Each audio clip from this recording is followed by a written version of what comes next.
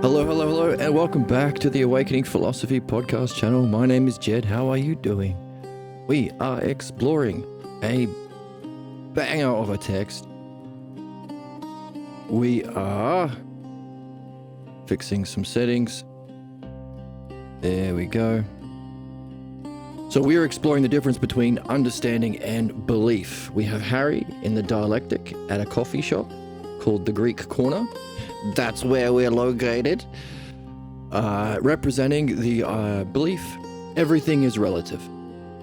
So, filling a couple of roles at the same time. First of all, this belief that everything is relative to personal opinions, personal perspectives. We have our own truth.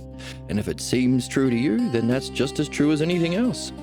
Because truth is whatever seems true to whomever it seems. So it's a very common belief, perhaps the most common cultural belief of our age. It functions to stop our, what seems to be our true purpose and highest functioning as human beings, understanding it, because if everything is just belief, then why go through the effort and discipline and invest the time and develop the courage and character to let go of old beliefs and learn something new that's required in learning how to think and understand properly, if you can just believe whatever you want, and that's just as true as anything else. After all, isn't that what gets our presidents and prime ministers elected?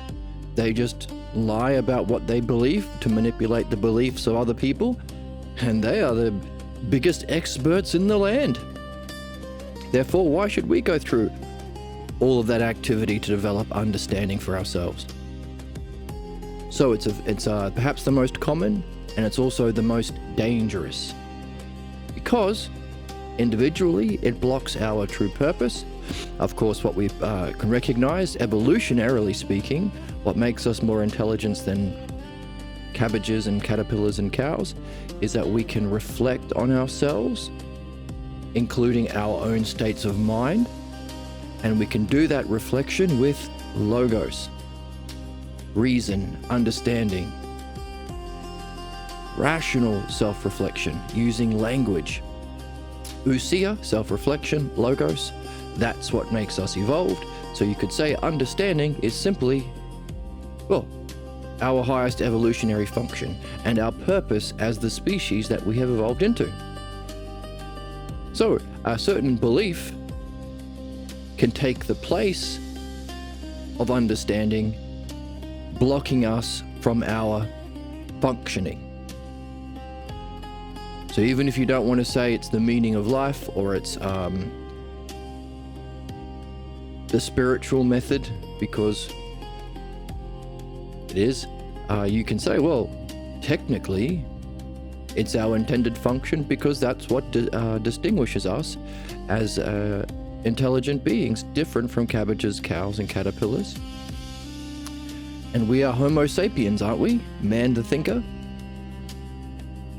So, it's the most common, it's the most dangerous individually, and, as we pointed out, it's the very belief that allows the absolute worst, most cruel and ignorant members of our species to claim leadership.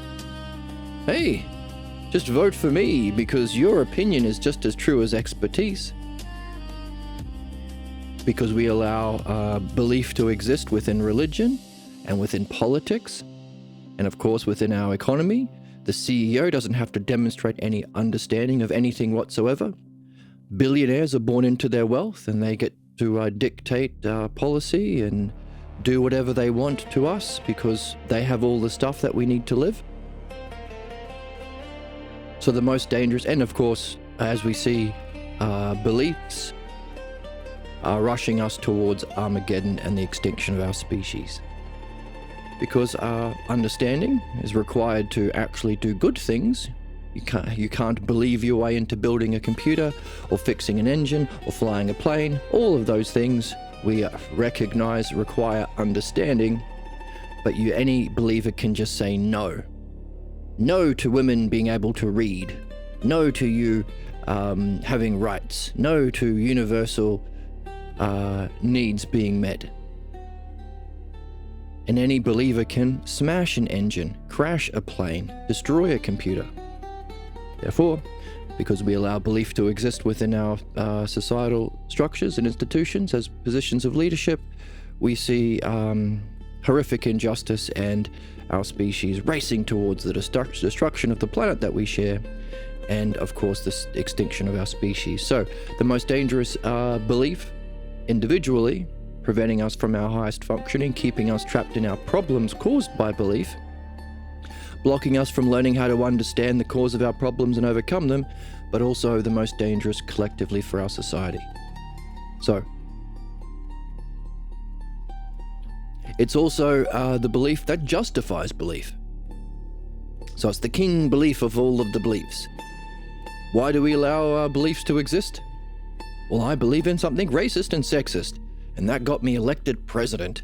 I believe that the abandonment of the intelligible, war, is good okay sometimes. So long as we are the ones doing it. If it's being done to us, that's bad and terrorism. But when we're doing it, we are liberating those Iranian school children that we dropped a bomb on and triple tapped, I believe. That's when you drop a bomb to kill hundreds of innocent Iranian school children at a girls' school, and then you make the bomb explode a second time when their parents come to take their bodies out of the rubble or to save those who might have survived. And triple tapping is after that happens, people coming to clean up the mess, kill them as well. So that's what happens. That's what's happened recently as part of regular belief-based policy, championed by the religious, the conservatives, and the capitalists, all doing this sort of thing for personal profit and, of course, pleasure. So, sadistic, the absolute worst of our species. Now, we can recognize that, and it's important to address, but also the most important thing for us is our own soul.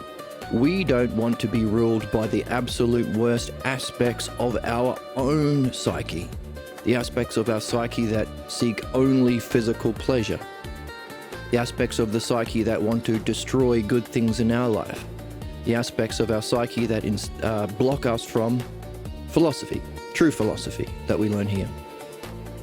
Learning how to read, learning how to think, learning how to reflect on ideas, learning how to reflect on our problems to remove them, and most importantly, reflect and understand the meaning of our dreams. So anything that tries to sabotage that with the war equivalent, you are no good, you are a sinner, you deserve to feel bad, I'm going to beat you up, says the beliefs in your mind. We don't want to be ruled by that. We want to be ruled by the best aspects, which we call philodianoia, the aspects of our psyche that love understanding. Philos, love, dianoia, understanding, the highest kind of understanding. So, it's all relative, the most common, the most dangerous individually and collectively, and the king belief that justifies the existence of all other beliefs. Also, it's playing the role to stand in for any other belief. So, if our excellence is achieved by purifying the false beliefs that we carry and perfecting our understanding, we can learn how to do that by not only reading this text, but understanding the thinking behind the author, or Joseph, the one representing the author, as the dialectician. Is there a structure behind the way Joseph thinks? Because if we can see that, we can raise our minds to meet the level of his. And if he's a dialectician, and dialectician is the name for our true functioning and our intended evolutionary purpose and our excellence as human beings and the spiritual method, because it takes those highest aspects and directs them to understanding true principles that are eternal, and even beyond those principles to the self, it's the cause of causes. Therefore, the archetype of the spiritual method? If that's the case, if that's what what it means to be a dialectician, then we are becoming, well, we're moving into our excellence, aren't we, by learning to read in this kind of a way. And as is or relative is kind of a stand-in for any belief, if we can learn that structure, we can pop in any belief. And of course, that is what makes fun dinner conversation. Because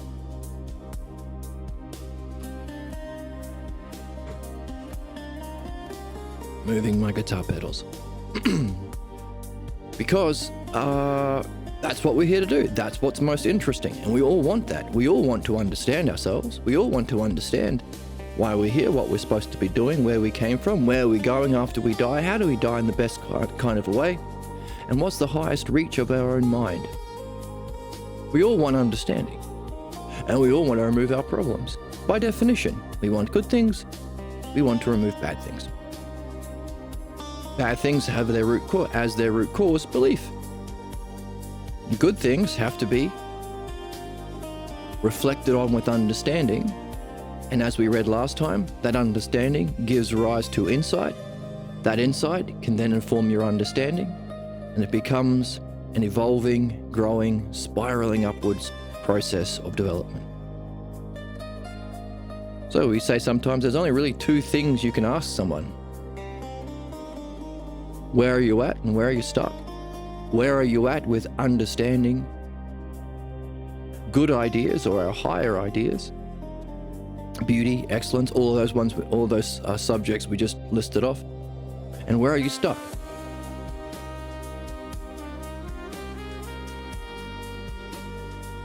Or what beliefs are you struggling to uncover and remove? Now you can say, well, there's three real questions you can ask because dreams give you the direction to ask those other two. So where are you at in understanding self and reality? Where are you stuck with the beliefs that prevent that activity? And what were your dreams like last night? Because they give us information relevant to where you are personally in those two areas. So, on that note, how were your dreams last night? Interesting? Did you remember them? Are you finding yourself more able to remember them the more you practice recording them as soon as you wake up? Before you do anything else, hit that record button on the audio app on your phone and start talking. You might find your own ways of remembering it better, but you'll learn how to do that. So, any words that came up, any drama, any objects, states of mind, all of it. So what we're doing as we're learning the method of the dialectic, as we learn to read, because that's how we read. If belief functions through projection and blind spots, adding what isn't there, projection, leaving out what is, the two of which interpretation. So if belief functions through interpretation, understanding functions through the dialectic. If we want to read, which means understand, we're learning we're learning the dialectic in the process. So we're learning the dialectic in how to read, how to explore ideas, how Harry is functioning in the dialogue, and we get to practice that every single day by applying it to our dreams. Because the greatest text of them all is the movie that you watch with the main character you identify with so strongly, because it seems to be, well, the dream maker seems, well, you can ask this question, what does that mean about the dream maker if he can present a main character in a dream that is so close to your image of yourself that you get wrapped up in the drama as the main character? So the dream maker, the greatest dialectician of them all, question mark? So everything that we learn about the dialectic, you can practice on your dreams, see if they apply, see if you can apply this new aspect of the dialectic. I think last time we talked about comparing, or the mini dialectic. There are 4 categories, 8 if you the subject if it does exist and if it doesn't exist. But just talking about the subject if it does exist, 4 categories: definition, demonstration, division, and conclusion. You can take the first 2 as a mini dialectic: definition and demonstration. What we identified as our functioning as a human being. We define things through reason and logos, and we demonstrate it in our states of mind, or our ousia.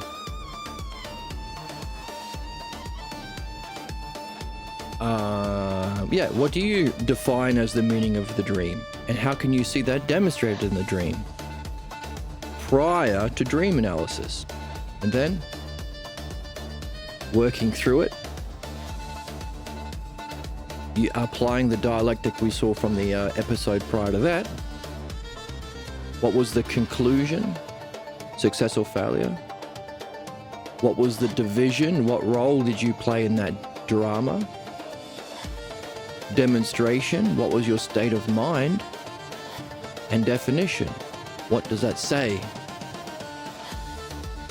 What does that infer about the image of yourself that gave rise to that state of mind, that gave rise to that role, that gave rise to that success or failure? We also, I think last time, talked about looking for key words that jump out, or things that don't quite fit, that stand out. Turning point. Where was the turning point? That can be a great place to start your reflection. Oh, and now I remember, we also talked about, metaphor, simile, and allegory. That was the one from last time. Now I remember. It's been a couple of days. Objects, furniture. Can you take those key objects, or because that's the thing about a dream. Every piece of furniture is personally relevant to you. In order to get that relevance, you have to drop the specifics or drop the particulars and rise to the level of meaning. That's called anagogic movement. So that's how we unpack the meaning of metaphors, and that might unlock an insight into the dream or into another question that you're puzzling about. Similes. What's it like? Your state of mind. What's your state of mind like? So practice using likeness or similes to describe what that state of mind is like. What is it like to be in that state of mind? Is it like anything you remember happening yesterday or last week or through your life? When's the earliest time you remember something like that? Now, that's the second step. The first step is just describing it of itself. So that would be definition and then demonstration. Give a definition of what it's like. The more words, the better. Because those words you then use to trace it through your past, to see the implications, and even find the earliest time you felt that way. So that's the demonstration. So there's our mini dialectic right there.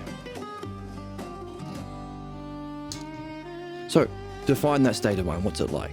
An allegory, which is, of course, drama. Allegory is a drama that has a spiritual meaning. So we talked about the steps in the... put on the board.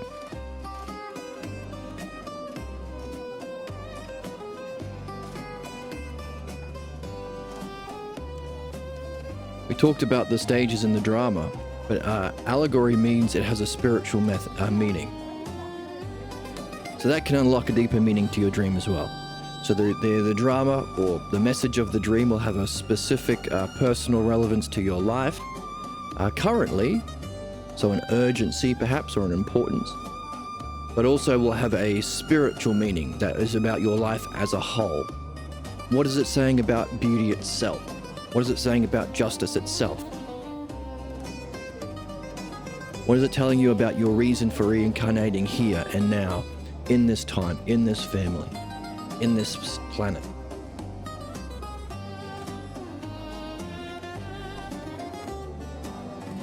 So that's a metaphor, simile, and allegory. Aspects of analogy. Analogy is how we think, isn't it? Analogy? There's another way we could take it. We talked about definition, demonstration, division, and conclusion.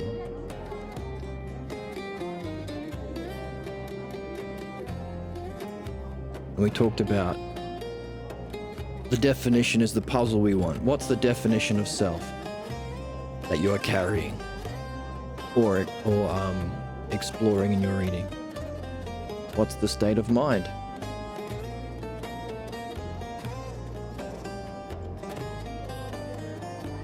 That is caused by that idea of self that you identify with?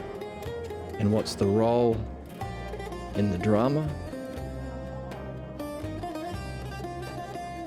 That's the division. So this can divide up into different dramas if you remember different scenes. And of course you can compare and contrast the different scenes, which is what we're learning to do right now in the book. We're at the stage of the book where we're exploring same and difference.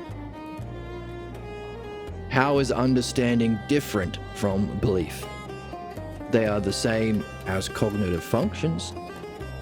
They are the same as they can rule your soul. They are the same as they can rule a society. You can have a society ruled by understanding, or as we are currently living out the extreme injustice and tyranny of, a society ruled by belief. Which of course, our current society selects for the worst kinds of belief, because those believers who can lie about their beliefs to manipulate the beliefs of others, that can murder for profit and take ownership of the media that can manipulate beliefs. Oh, you're one of those sorts of people? And because belief prevents you from actually learning things, so you can't become a mechanic or a doctor or a pilot, you know what you can be? You can rule our society. So it selects for the absolute worst members of our society.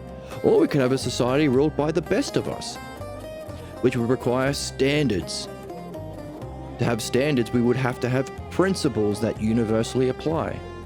All of those things are objects that are not apprehendable through belief, because belief is about my in-group. We Jews are the special people, and we get to murder the Palestinians, but they don't get to murder anyone. They don't get any money. They can starve and die. Or we are the special MAGA, or we are the special billionaires. We get all the houses. We get to eat anything we want for lunch every day. But you others who aren't in the billionaire Epstein class, you have to eat slop every day, struggle to pay rent, live on the street when we decide to raise the rent for no reason. So no principles, no standards with belief. It's just in-group versus out-group. The in-group is the belief clan that demonstrates that state of being. And of course, because as we mentioned, a belief cannot function providentially. You can't believe your way into helping someone fix a broken arm, but any old believer can break an arm. So it's defined by conflict. Primarily, if belief is in conflict with understanding, which is how it functions, which is the cognitive functioning of belief, to function in opposition with understanding, and that if those are the worst of our species, understanding would be the best. Those who understand medicine the best are the best doctors. Those who understand how to fix an engine are the best mechanics. And those who understand how to use understanding for the growth and development of our soul, the best human beings. So belief as a cognitive function is in conflict or at war with the best of us within our psyche and within our species. So we could have a society ruled by understanding, so long as we wake up to what we are discovering here.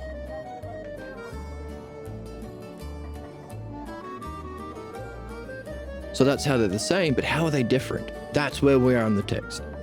How are they different? And in your dreams, hey, how is this role in this scene different from this one? What makes them the same? What makes them different? that contrast can shed light to awaken you to the insight being given by the dream, or it can explore and develop an idea. Hey, this is how it functions here. But in a different situation, here is some more nuance to that idea. You can do this between scenes in a dream, or different dreams within the same night, or different dreams themselves. Make a collection of 10 dreams and then see how sameness and difference plays a role. And that's where we are in the book, because Harry is saying, well, what's the difference between understanding and belief?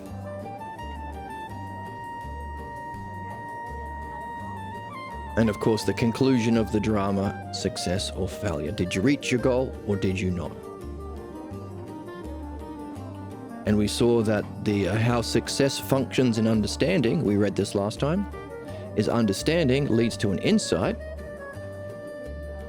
which happens as a state of mind, or as a whole, or ousia, a glimpse into the idea as a whole all at once. That insight will inform your understanding. You will understand something better, or you can apply understanding to that insight to develop that insight, which of course we just described with our dreams. That contrast can give insight, but also develop an idea. So you can use understanding to develop that idea, which of course is an activity that we do in time. Activity in time.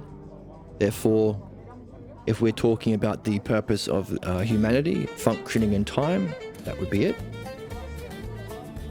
Which is to break down that insight into its parts. What are the different parts? How do they relate to each other? Can they be hierarchically arranged? Do some have a scope over others? And when arranged most ideally in their correct order, functioning in their correct way, what results? For instance, when you have all of your physical parts, your fingers are fingering, your heart is hearting, your brain is braining. What does that give rise to? A greater functioning we call consciousness. So is there a greater functioning as a whole? This is understanding, breaking it down into its parts. Which of course, logos. So once again, ousia and logos, the two primary aspects that we deal with. The A button and the B button that we have in the video game of a human being. So the insight develops understanding, which of course leads to insight, which leads to understanding. Up, up, up, up, up, up, up. Ultimately, to know the highest state of mind would be, make it a bit neater. Understanding, activity, and time leads to more insight.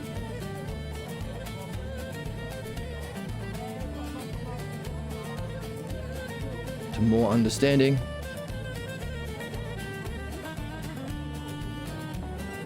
Or deeper.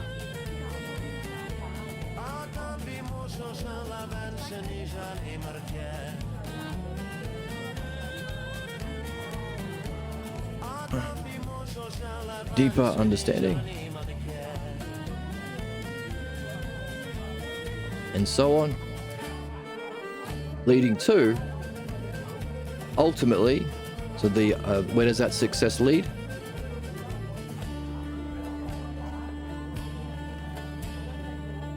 The greatest or peak states of mind, which is of course reality itself. States of mind is how we apprehend the whole of reality. So we could call that the whole of reality.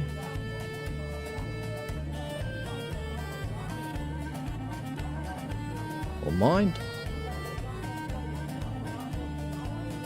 So as you explore your dreams, you could do that with your states of mind. Can you see a sameness and difference in your states of mind over a progression of dreams. What happens to your states of mind as you pay more attention to your dreams as we continue reading this book? Do they evolve? Do they get better? Are there any peak states? Are there ups and downs? So we can explore, by the way, that's called Usia, our states of mind. So we could explore that like this. In your dream, have a positive axis and a negative axis. Axis. Did it start in a little bit positive? Color. Where were your peak states of mind? Was there a fall?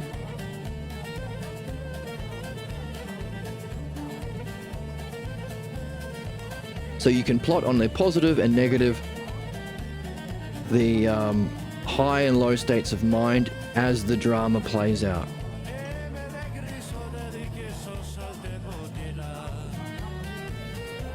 So you can see this particular one ends in a failure because you end up in a low state of mind, success or failure.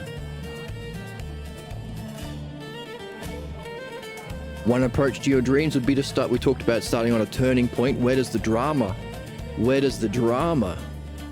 turn, leading to the success or failure? But another way of jumping in, look at a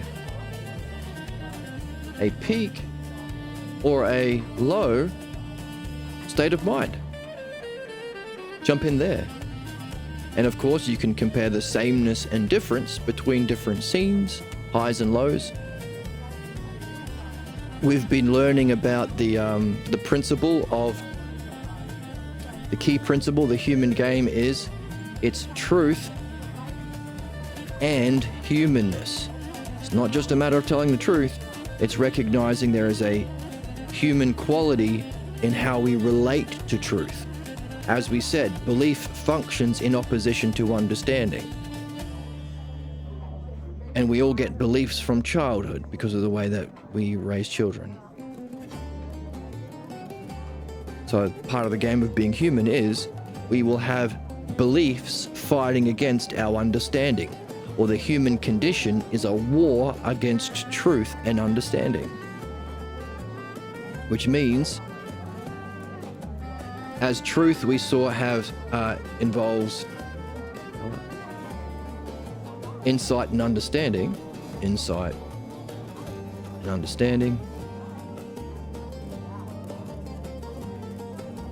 The human response is a belief-based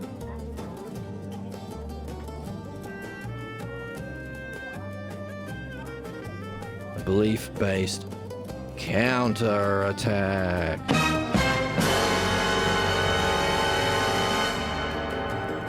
Counterattack.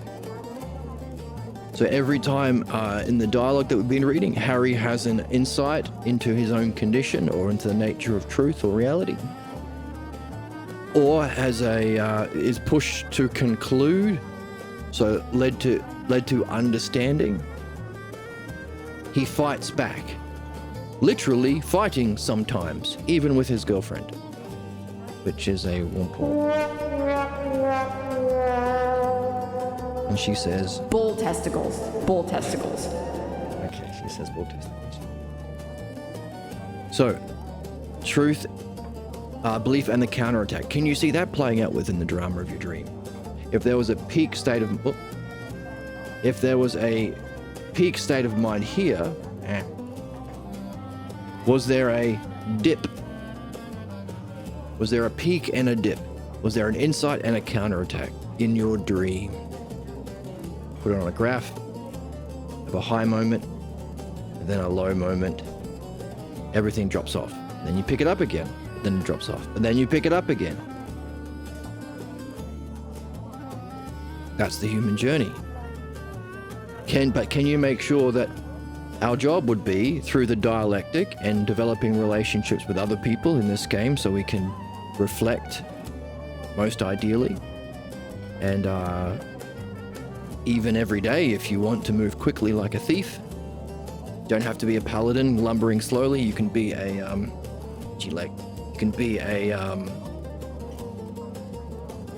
rogue class moving quickly.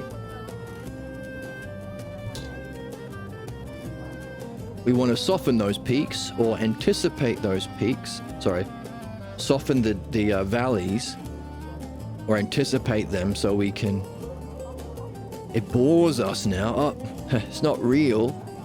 It's anticipated, but I'm not going to get wrapped up in those lower states of mind and associated dramas because I see through it. It's boring. I've seen how that script plays out. I've seen how it ends. So can we lessen those counterattacks and then maybe even gain insight into why they happened so our next peak will be even higher? So you can look for that ups and downs in your dream, and also that's part of the game. So we've been saying, hey, we are actually what we are doing is developing our own stages of being in the game, the Hellenic game. What are the principles of Philodianoia? Or being Hellenic? Our true way of being. What we've been saying is, when you have the insights,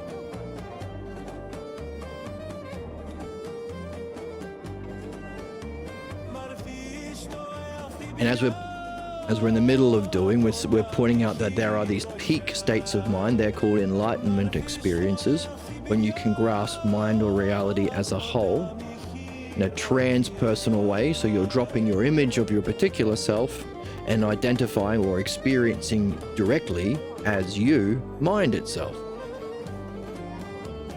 So that's the peak spiritual experiences, insights or spiritual experiences.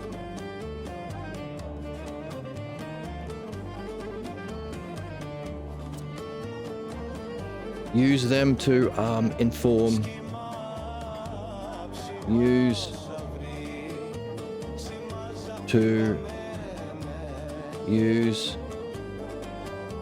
as objects for reflection to develop understanding. I think it's so awesome. Thank you. Emma? I'm cute. Like, it's cutie pie. Okay. Important for us to understand as well. So use your insights to develop understanding.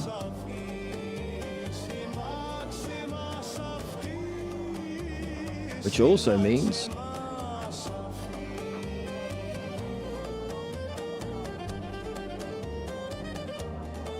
after insights,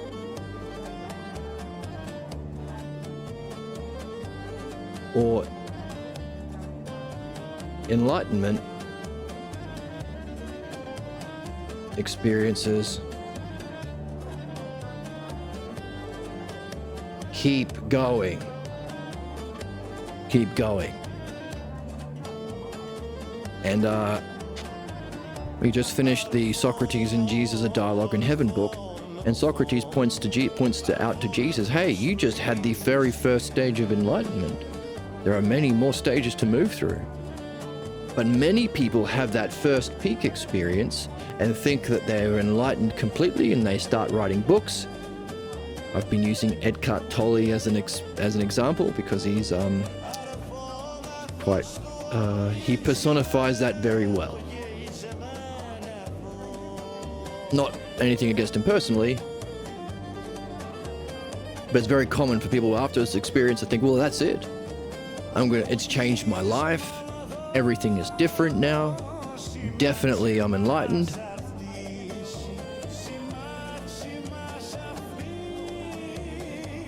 And they write books or start a cult. And of course, that's the story of Jesus. You read the Gospel of Mark, Jesus has a peak experience, gives up on his understanding, so he doesn't do step one.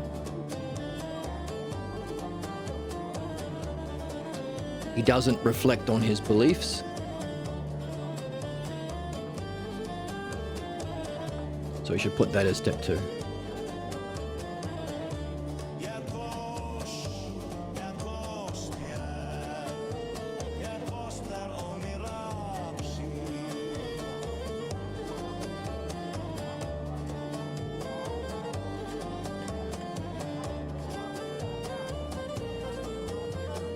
Expect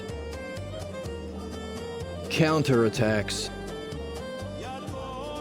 from belief.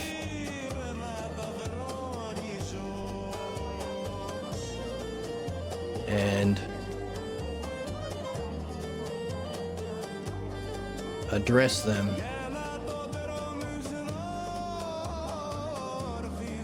through philosophical midwifery. Jesus did not do that. So he made sense of his peak experience through the beliefs that he was raised in, identifying with the Elijah figure, orchestrating the prophecy where he came into town on a donkey and all that stuff, and didn't ever question whether or not he thought he was king of the Jews and was crucified for treason. So another thing he didn't do was keep going. After insights or enlightenment experiences, keep going.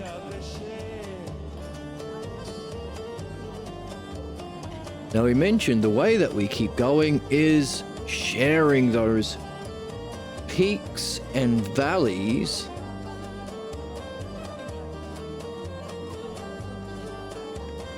Let's amend this one here. Expect counterattacks from belief and address them through philosophical midwifery while keeping your cool. Because you expect them, keep your cool. It's part of it. We're here to master the dialectic. We're here to return to wherever we came from prior to our reincarnation with this understanding and art of dialectic. Everything in life is either a manifestation of the beliefs that cause our injustice and harm, or a not reward, but a vindication of understanding, or success that comes from understanding to demonstrate the brilliance of understanding. So if we are to bring anything with us after this lifetime, it would have to be our learning and nurture. What we learn that has a transpersonal significance. So it's not learning how to manipulate bank accounts or how to manipulate stock market or how to manipulate religious folks or how to get the money or get the Bugattis or get the political, but none of that you can take with you because it will have no relevance beyond this lifetime. What we are talking about with dianoia is defined specifically by understanding that is transpersonal. We're understanding concepts, principles, forces that have their own existence, their own energy, their own vitality, as aspects and functioning within pure intelligence, which is out of time. So the activity of dianoia is in time, but its object is what is out of time. That's why understanding is the only thing that can apprehend universal principles. Belief cannot, because belief is from the physical world. You believe your rabbi, or your mummy and daddy, or your priest, or your minister, or your Nazi politician, or whoever the fuck. It's all belief. It's all appearances in the physical world. That's why religion and conservatism and capitalism, it's all hypocritical injustice and nonsense. One rule for you, another rule for me. No universal principles. There's no universal principles that can't extend beyond this lifetime. It can't extend to other species, other galaxies, other planets, any other times. Understanding Dianoia is defined by that which is eternal and universal. Another reason number 8 of today, why the meaning of life is Philodianoia. It's the kind of learning that we can take with us, and because it's something we practice, keep going, we nurture it into our souls. Becomes your way of being. Development. That's the development part of it.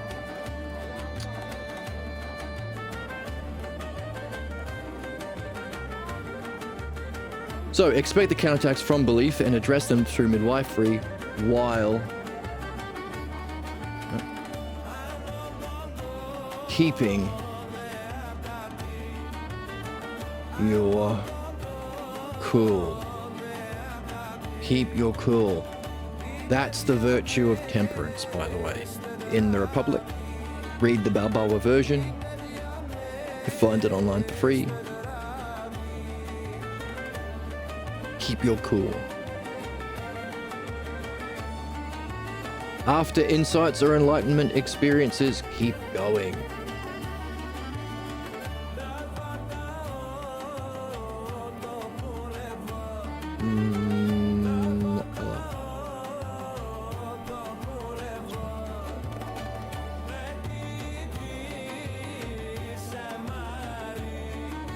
Keep going. Stay in the game. Keep the conversation alive.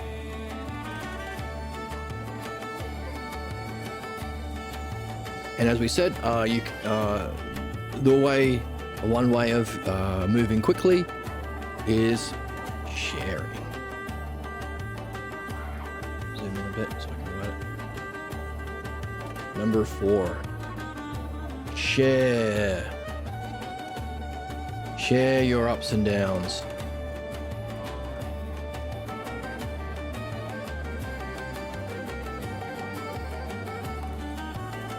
Your insights or your experiences, insights / experiences.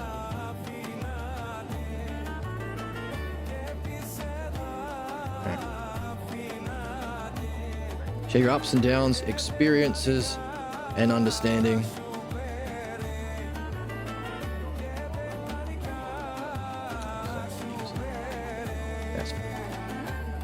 Share your ups and downs, your experiences, and your understanding.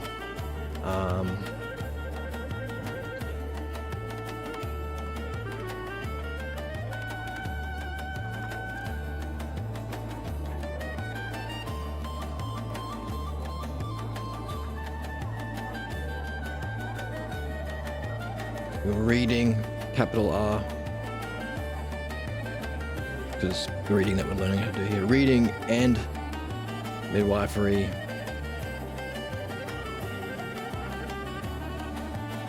And dreams. Dream analysis.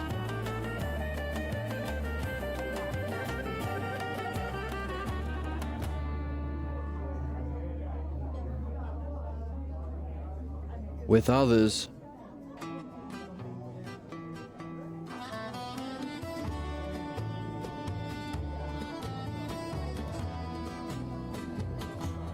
also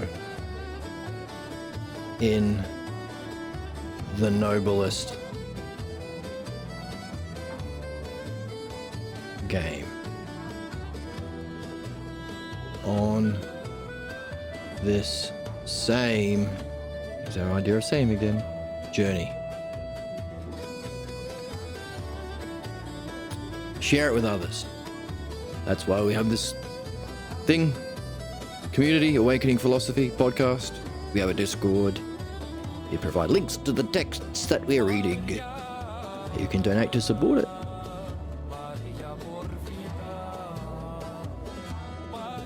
Not just to introduce these ideas or offer an alternative. Our culture currently ruled by injustice or belief, which is why this book is so important, doesn't really offer us true understanding, or the Hellenic way of being, or Philodianoia.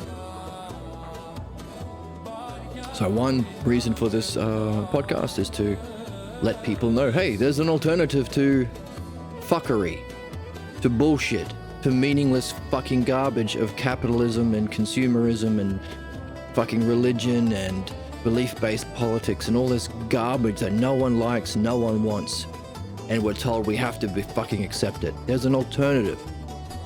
There's a better way of addressing problems rather than not addressing problems. There's a better way of addressing problems other than punishment, hurting people. It doesn't fucking help anything, or never addresses the conditions that caused the problem in the first place. There's a better way of approaching spirituality than just believing some fucking guru bullshit. Okay. Guru. There is an actual role of guru, which would be to facilitate this. But modern belief-based crap. Believe this religion, believe that religion. Sit on this mat for 40 years and cross your fingers that you magically get enlightenment because of magic. In this ashram or this zendo. Garbage, all meaningless. Now, that's the truth, but of course we're seeing the human response to that will be, yeah, sure, that zendo, or that ashram, or that religion, or that capitalist product, or that political party based on belief, but not mine, but not mine. You should read my Quran, you should read my Vedic scripture, you should sit on my zendo mat, you should worship in front of my Christian denomination, my naked Jesus crucified on the cross. That'll give you a real sense of guilt. Or if you meet a Mormon, you should wear my magic underpants. Gooners.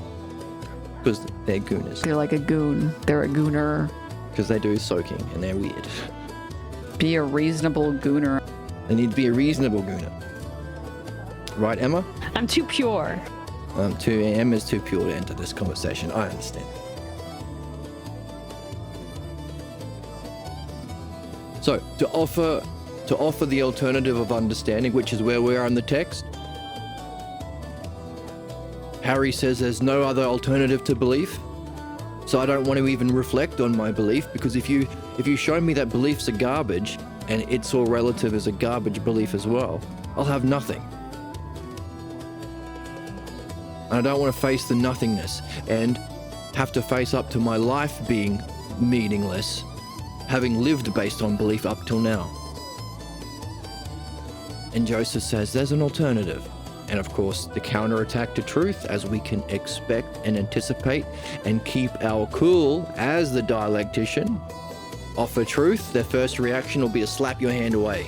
Get out of here with this truth and benefit garbage. There's an alternative that you actually want and will benefit you. Fuck off with that. He says to us. First you're saying the F word or whatever you said. Now the tone is completely out of control. Okay, sorry about my out of control tone, and I did say the F word. Please end kink shaming on your show. And I was kink shaming the Mormons. So, good advice from my soundboard. Bull testicles. Bull testicles. Bull testicles, indeed. So, there is an alternative, and every believer will reframe understanding within what they are familiar with, within their way of making sense of things. And what's the way of making sense of things of believers or its all relative people? Well, that's just your opinion. So there is no alternative. That's just another opinion. Modern philosophy, Kant's opinions, Hegel's opinions, Nietzsche's opinions. Who the fuck is right and who's wrong? Who knows? It's just a bunch of opinions. Philodoxia, love of opinions. The exact opposite of real philosophy. So another reason why we have this channel is to teach people what real philosophy is. Because almost no one has an understanding of what it is. Because it's marketed within the framework of all of these belief-based institutions, so it will never challenge religion. It will never challenge racist, conservative fascists. It will never challenge capitalist billionaires exploiting and murdering people for fun and profit. It will never challenge these academics who want to who have never gone through dream analysis and midwifery, and therefore their whole life is just on the strings of their own pathologos beliefs. That's not philosophy. What you think is philosophy is the opposite of philosophy. That's another reason why we have this channel. To help people learn what real philosophy is. Your purpose, what you want, your intended functioning, your spiritual method, your learning method, your process of evolution, your process of growth. It's all of that in one. It's a win-win-win. It's a win-win-win-win-win-win-win-win-win. It's a win-win-win-win-win. Right? I think it's so awesome. And it is so awesome. So, to introduce an alternative, to demonstrate what real philosophy is in comparison to the way the word is used currently. By the way, Socrates said the same problem he had in his time. In the Republic, he said the people who claim to be philosophers he called them bald-headed tinkerers. What the fuck that means. People who don't do well in the marketplace or are bored with their fucking job and that's, well, I'm going to be a philosopher. I'm going to be a professional opinion haver. By the way, that's our whole fucking media industry currently. Ben Shapiro, a fascist, Nazi, genocidal propagandist. A failed scriptwriter, couldn't make it in Hollywood. So they make the right-wing grift turn.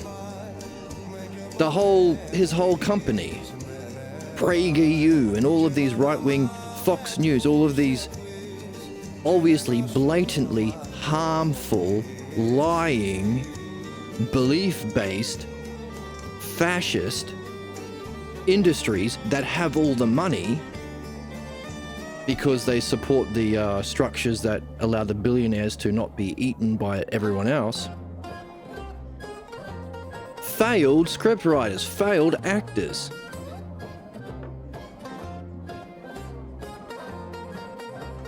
So, I don't know, that was a bit of a tangent, but isn't that interesting? I think it's interesting. Socrates still had the same problem back in his time. These people who didn't do well in whatever industry they're interested in or got bored of it, well, I'd rather be a professional opinion haver and feel like I'm wise. I'm not going to do the work. I'm not going to learn how to read. I'm not going to learn how to listen to my dreams. I'm just going to work as a professional opinion haver. Anyway, so to offer an alternative, to demonstrate what real philosophy is and how it's great actually and not what is marketed, but also to provide a space and community for people to share their ups and downs, insights/experiences and understanding from their reading, from their midwifery, and from their dream analysis with others also in the noblest game on the same journey.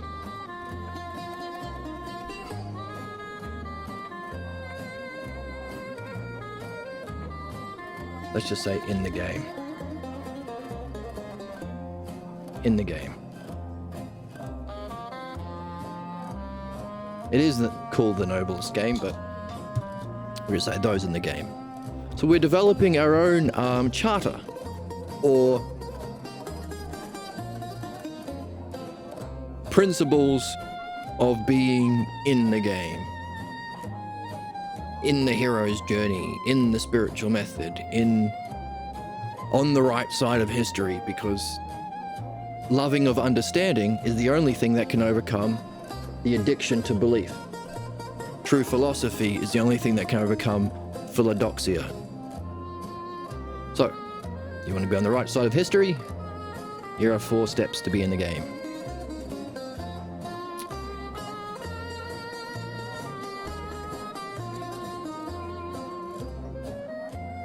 So, success leads to insight or understanding, which then understanding gives rise to insight, which then informs understanding, and then so it spirals upwards. Whereas failure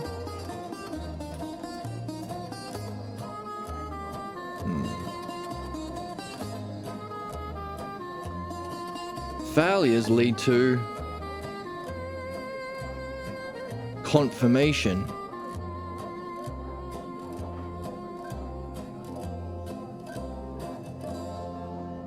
confirmation or proof, what they would consider proof in commas, in inverted commas, or proof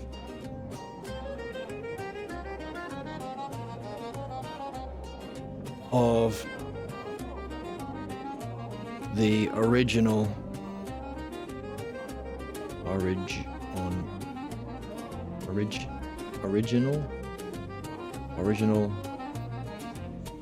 belief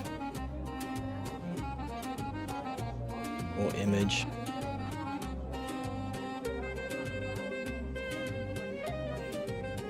which we call a self-fulfilling prophecy.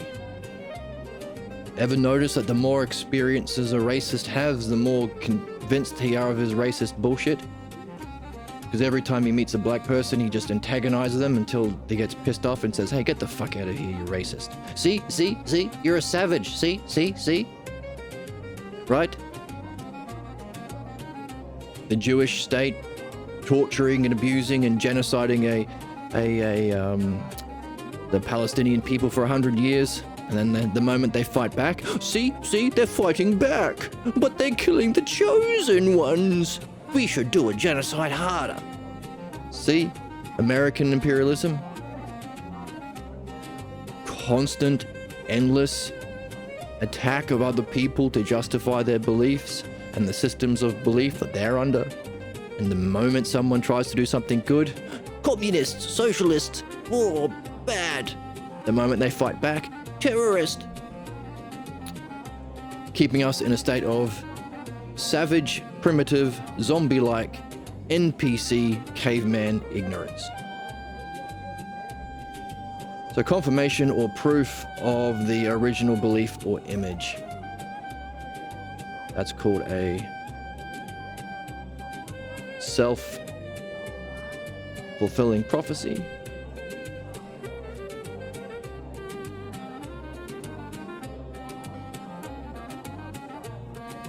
Or stagnation. No growth, no change, no development.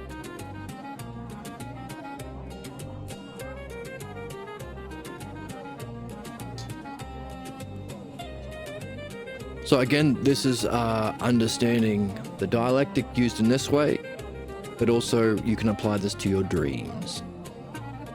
How does the dream end in a failure? Does that failure at the end of that drama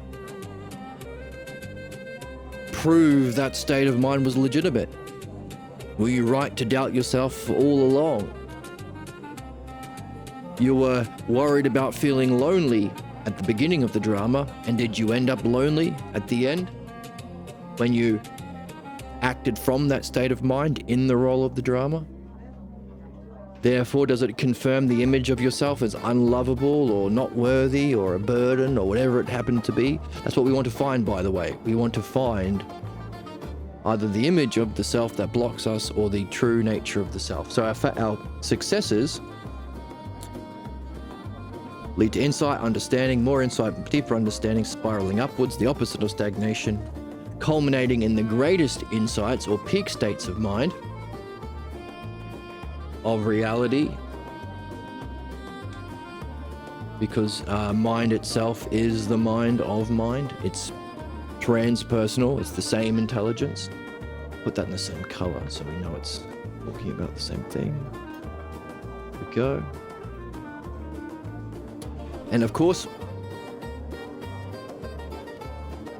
use even that peak experience to develop further understanding. Expect the counterattacks from your belief. Keep your cool while you address them in midwifery.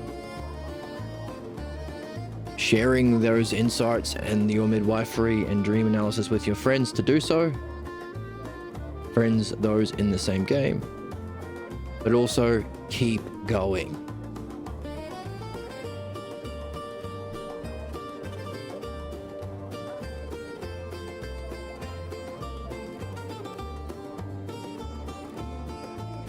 So maybe we should move keep going to the fourth step. That maybe fits better there, right?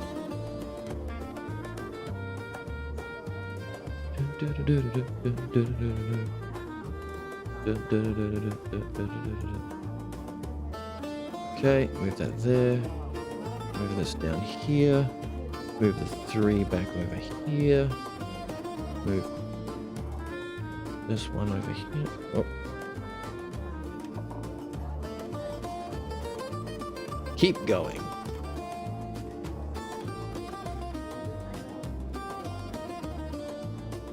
Make this purple. And make this blue. So developing the stages of the one true spiritual tradition. Not one true because it's my team, or I believe it to be so, because truth is universal. Everyone can play, everyone has dreams, everyone thinks, everyone wants to understand, which is simply thinking well, everyone has beliefs, everyone has has their own problems that they live out and play out the implications caused by those beliefs. It's for everyone. You don't have to sign up, you don't have to pay a subscription fee. There is a hierarchical development, of course, because there are people who have had greater insights and success. People have developed the sharing better, developed the dialectic art better. So there's growth and development. So if you like that part of hierarchy of beliefs, you still get it with this, only it's legitimate, not bullshit. I'm better because I'm white or because I'm a man. Bullshit. Okay, so I shouldn't be swearing so much. What the hell kind of a show is this? What is this, the comedy mothership? Fair criticism. I'm swearing so much today. And it's not the comedy mothership. So isn't that interesting? The successes lead to insight and understanding. That approach to understanding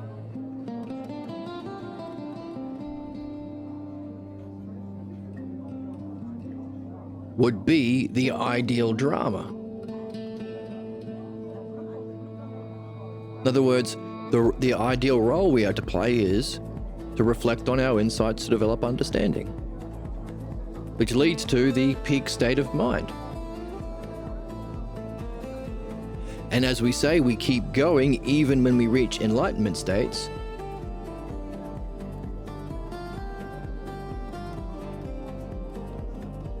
Even in these peak states of mind, you can ask questions. What's its cause? All of those questions that we've been learning to do in understanding. Questions about causes, questions about principles. For there to be this peak state of mind, what principles have to exist? For it to be apprehended by anyone, for it to be universal, for it to be the paradigm of the physical world. For there to be a peak experience, what principle, what cause? What caused it? For there to be these peak states of mind, there has to be something experiencing it. What's the experiencer, even of the greatest experience? So this learning and nurture we've been developing by playing our ideal role to develop understanding.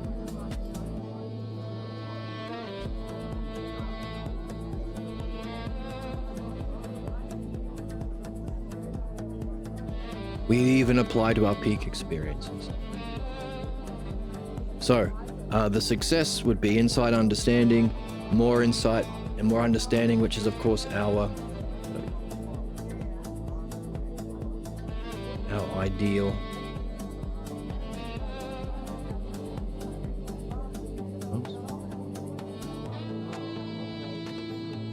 Our ideal role or functioning or drama.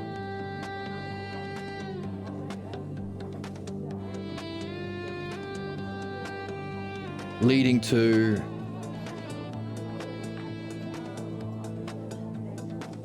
the cause even of those peaks, leading to states of mind, leading to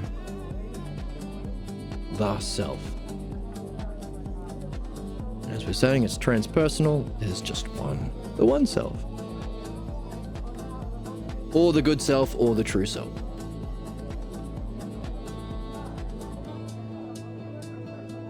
But notice if that was the first cause giving rise to the possibility for peak states of mind, or the existence of these peak states of mind, giving rise to the physical world where we play out the dramas caused by a lack of understanding of it or false beliefs of it, leading to success of one or failures of the other.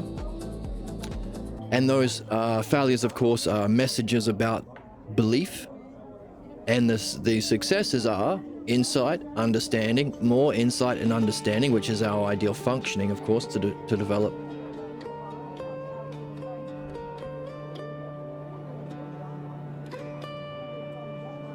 To develop that art, which is the dialectic.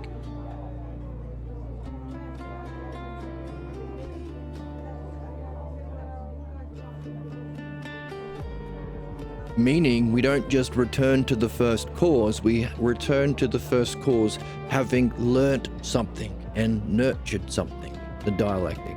So we're returning to the self through those peak states of mind, because even with enlightenment, keep going.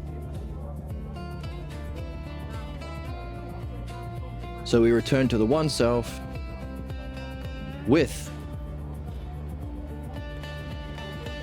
the self logos.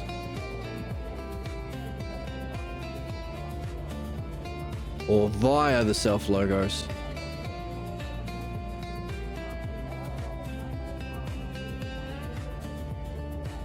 Understanding, intelligibility, reason. Via the self logos with the art of dialectic in our back pocket.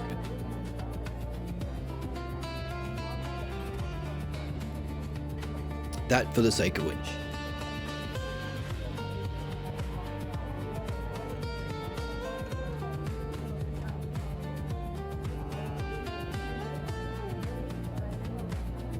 So you can apply this to your dream. There's another way of seeing these elements of our dream and our life drama, shifting them all up a level. So let's try that.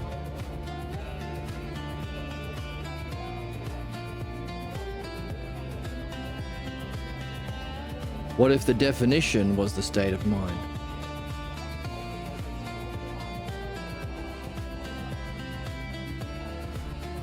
Another way of looking at it. How it functions how a state of mind functions is in your roles, in the drama you play out.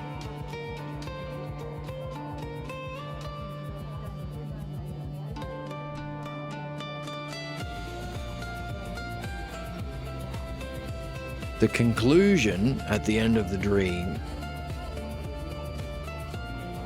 the successes, so that same role, so demonstration is singular, so the role that you see, can you notice a key theme? Is there a certain role that you can look at specifically? Whereas prior it was roles, but now we're at role. So the pluralized part, the successes and failures,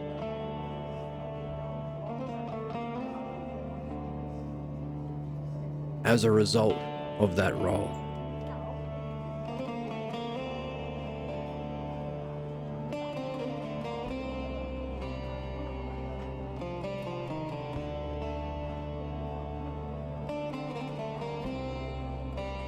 So this goes back to how we can look at multiple scenes or multiple dreams over multiple nights, look for the same role or the same state of mind giving rise to the same role, and look for nuances. This is the principle of same and different once again. Same and different. Just to remind you, speaking of hierarchies,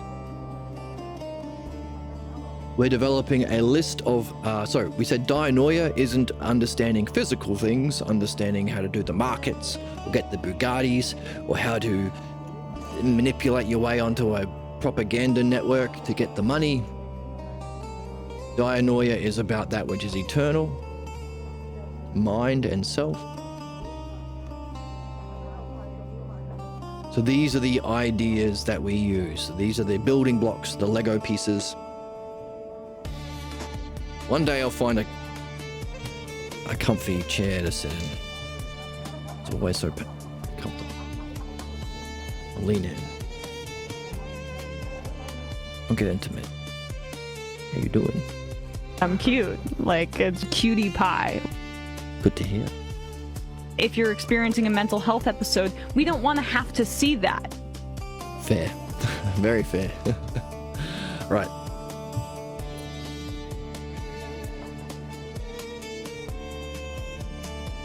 Notice all of these ideas on the board are not physical. They have a scope over the physical world. In the physical world, we see them as adjectives.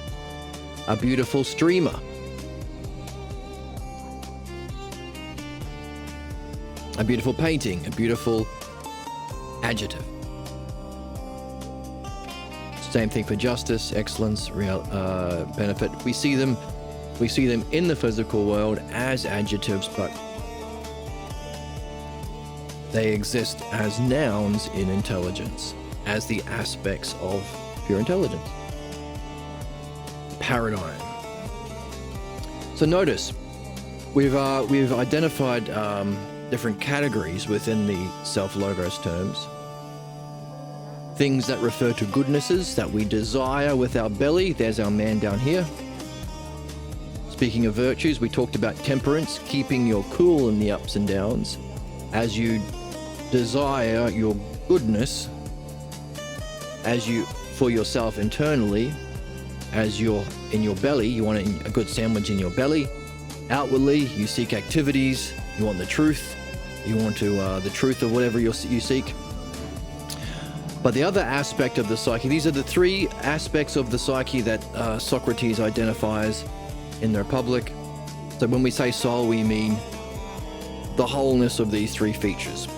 There's a force that wants what's good for us. We want to eat a lovely sandwich. Our heart, so you could represent that with the belly, metaphorically speaking, of course. It's an analogy. Your heart seeks the truth in your activities. You don't want to be scammed. And in order to plan how to get that goodness, how to get that truth you seek, you have to reason. And our reasoning, the better you understand something, the better you can take the parts. Oh, there's a wheel, there's a steering wheel, there's a door. All of those parts come together into a whole or a unity of parts. That unity is called a oneness. Not one, that's higher. Because one doesn't have parts. Because that would be many. A oneness. So we reason things into a oneness. And of course, there are the three primary virtues, and justice, which is when you are in them at all times, and of course, that for the sake of which there is an ultimate virtue that you eventually trade these in for, the virtue of the self, and that's called phronesis. And one of the great betrayals against philosophy is that word that has a specific meaning as the fifth and ultimate virtue, that for the sake of which the one that we are after is never, ever, ever translated in any translation of Plato, who describes Socrates' work. That's why, if you're not reading the Balboa translation, you're not doing philosophy. Might be wetting your toes. But how can you be reading philosophy if the thing that you're actually after is translated as justice sometimes, is translated as temperance sometimes, is translated as wisdom sometimes, is translated as reason sometimes, is translated all these different crazy bullshit? The word is phronesis. But if you read the Balboa translation, you can read the Greek. It's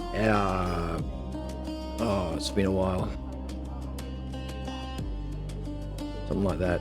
Phron. Look for the Phron. I don't know how. I'll see. I can't remember how it looks in Greek. But you can see the Greek underneath every line, so you can look for it. And also, Juan Balboa translates the word phronesis as mindfulness with a capital M in purple. Which we can understand why the word phronesis, even within philosophical circles, is never used.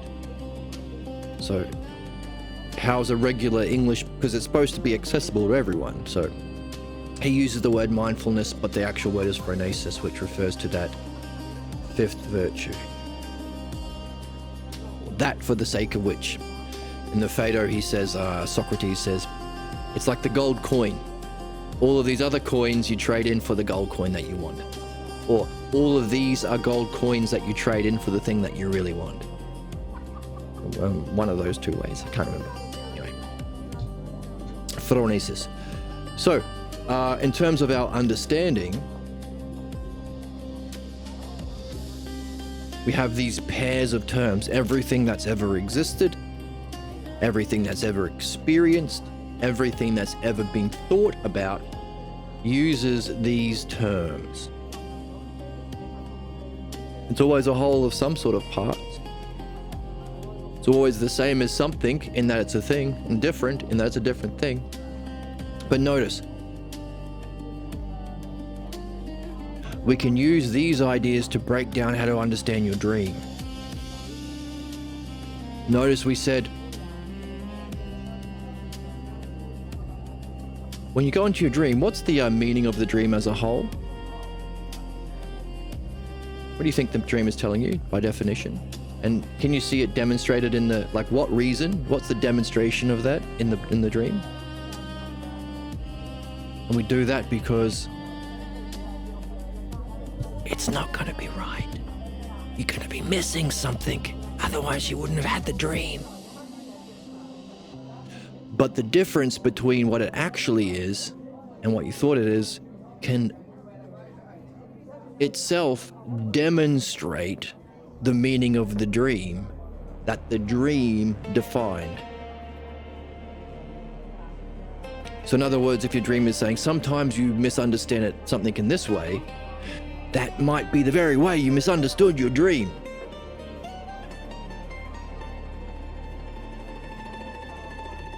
It's a win-win.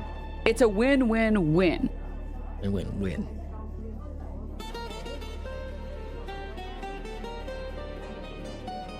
I think that's my most pressed button. My most pressed button on my soundboard is this one. Win-win-win-win-win-win-win-win-win.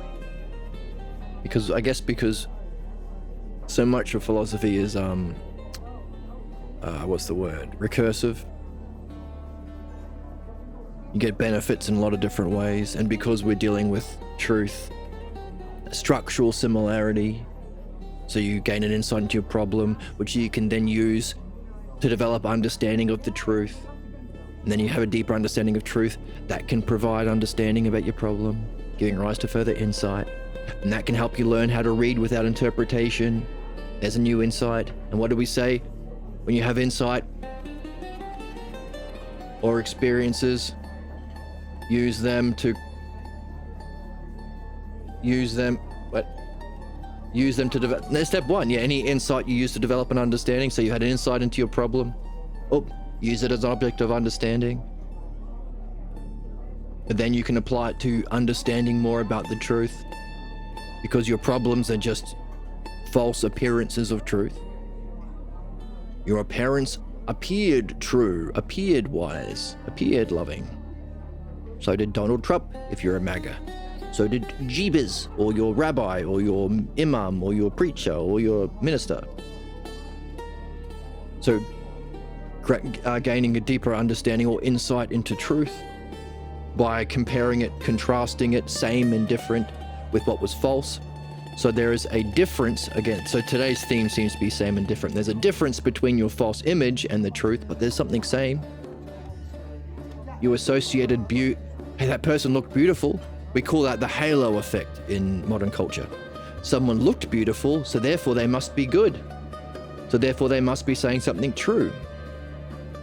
Now that's wrong. If beauty is in appearances, but it's true for beauty itself. So you gained an insight into reality, because these are the aspects of reality. So that gives you a deeper insight into problems. Oh, the reason problems exist is that we apply things that are supposed to be our objects of reflection, beauty itself in mind, goodness itself in mind, truth of reality itself in mind. We apply them to physical appearances, and that's where we get fucked up. Oh, a beautiful looking person. They must be true. It must be good. Look at that marketing. No, you idiot.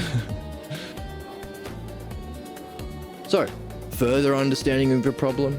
Oh, and you can apply that to your reading, because you might be interpreting your new follower. Hooray.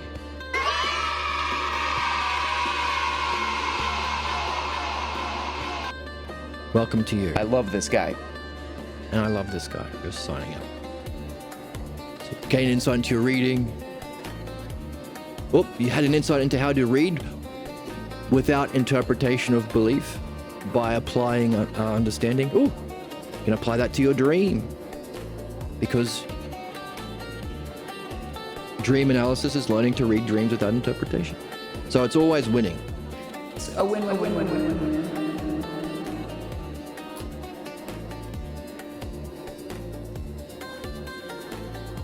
So if our problems are applying the aspects of reality to the physical world and not dianoia, all of these things that we are using as the Lego pieces or building blocks of understanding have their own existence, which is why we can call that experience of mind knowing itself, or ousia, as oneness.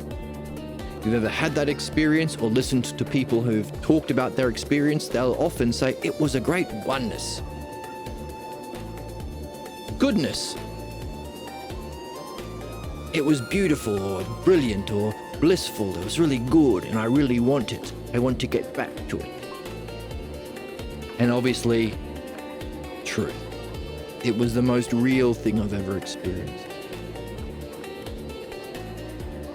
So, that's why any experience or enlightenment experience or deep insight into consciousness or reality you use to improve your understanding, to improve your apprehension of these principles that we use in time. So knowing this as a whole is out of time, that's nous or knowing or ousia. In time, it's the dialectic or understanding or dianoia. The whole of your dream, what does it mean? And how does it demonstrate within the text?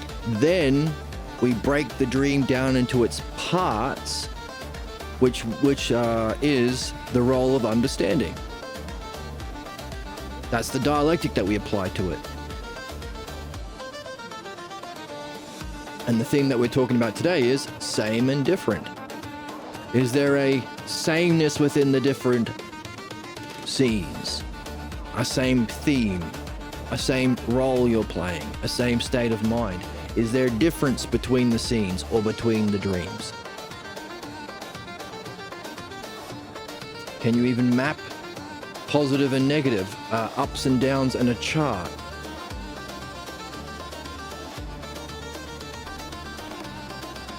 Which means we can look ahead and say, hey, as we keep reading and keep learning about the dialectic,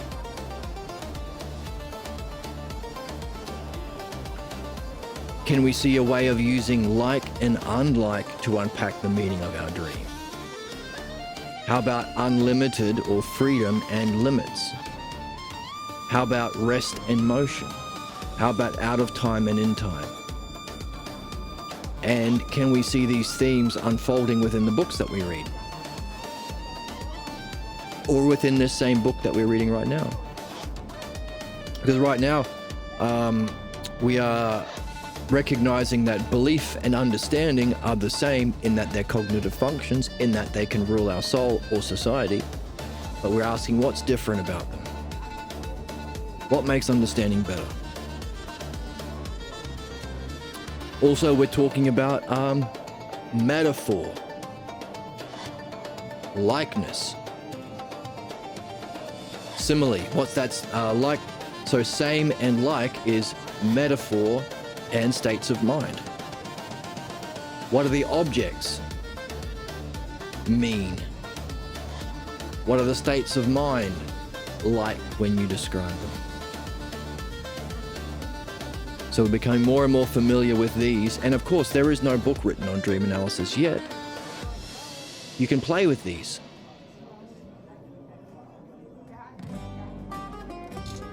We've already talked about our problems of belief are different than understanding, because understanding apprehends the truth of reality.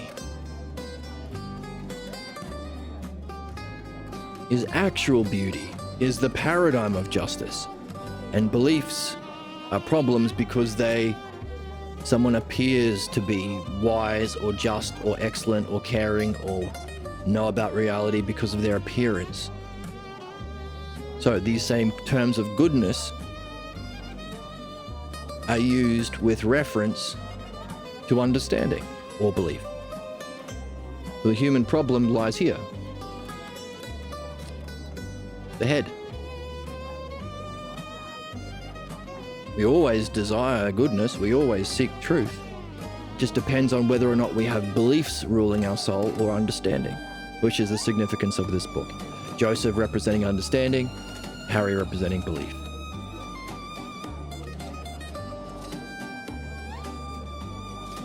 Which really blows out of the water Harry's Christian stuff. Because to him, for Christianity, problems are caused by a supernatural force called evil, or the evil one, Satan, who the problem is not because of belief. That's what religious people use to fuck you over, to scam you. No, it's because the devil doesn't seek goodness. He's defined by wanting the bad thing. That's why we never solve problems caused by capitalism, religion, and conservatism. We only murder people who speak out against the government or just try to unionize against the billionaire Epstein class, or try to have socialism or communism where we can all get a house to live in, not just the billionaires. Why? Because if the devil is the cause of problems and he only seeks badness and not goodness, you can't reason with him. You can't address causes and the preconditions, which is actually what you do to solve a problem. Why is the toaster broken? The devil? Oh, okay. Why is the toaster broken? Oh, because there's a fuse blown. Okay, fix the fuse. Now we get toast.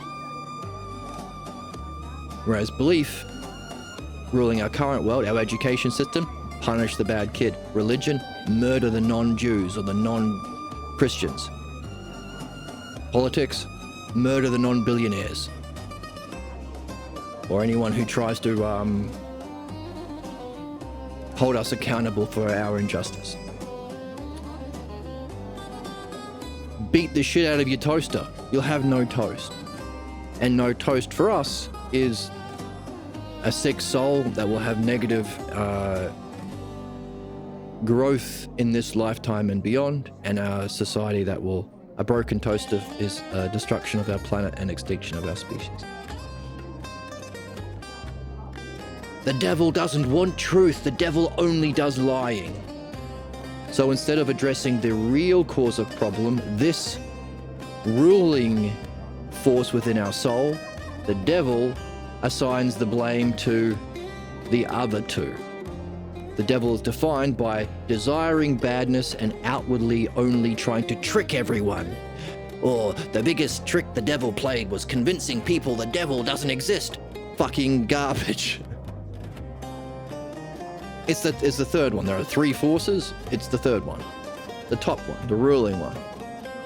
is what we are learning.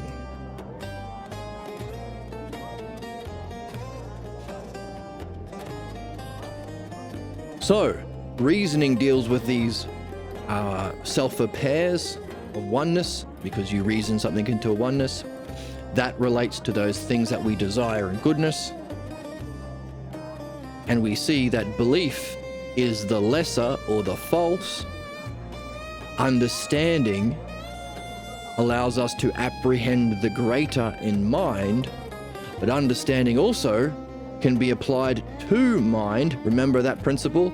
If you reach enlightenment, keep going, because even that greater experience of the truth about beauty, justice, excellence has an ultimate cause for even that.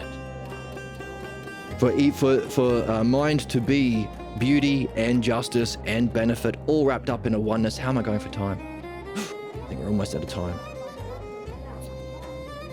That means that these parts, or many, have to exist as a oneness.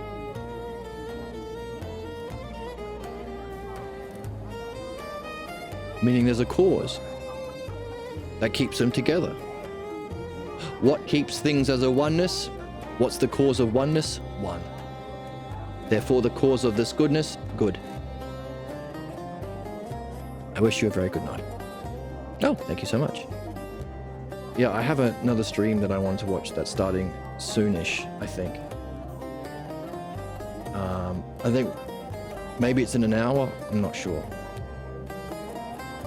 But yeah, therefore, for there to be a lesser and a greater, a false and true, the truth and the false, there has to be the principle of true, which is why we can use these highest words to describe the penultimate enlightenment experience, the state of mind, whereas one, good and true, are used to describe the self. So what we're doing is learning how to use these terms of understanding that will allow us to apprehend the mind and self in these goodness ways by learning to read the text that we can then apply to our dreams. Hey, welcome, Miss Sus. Welcome.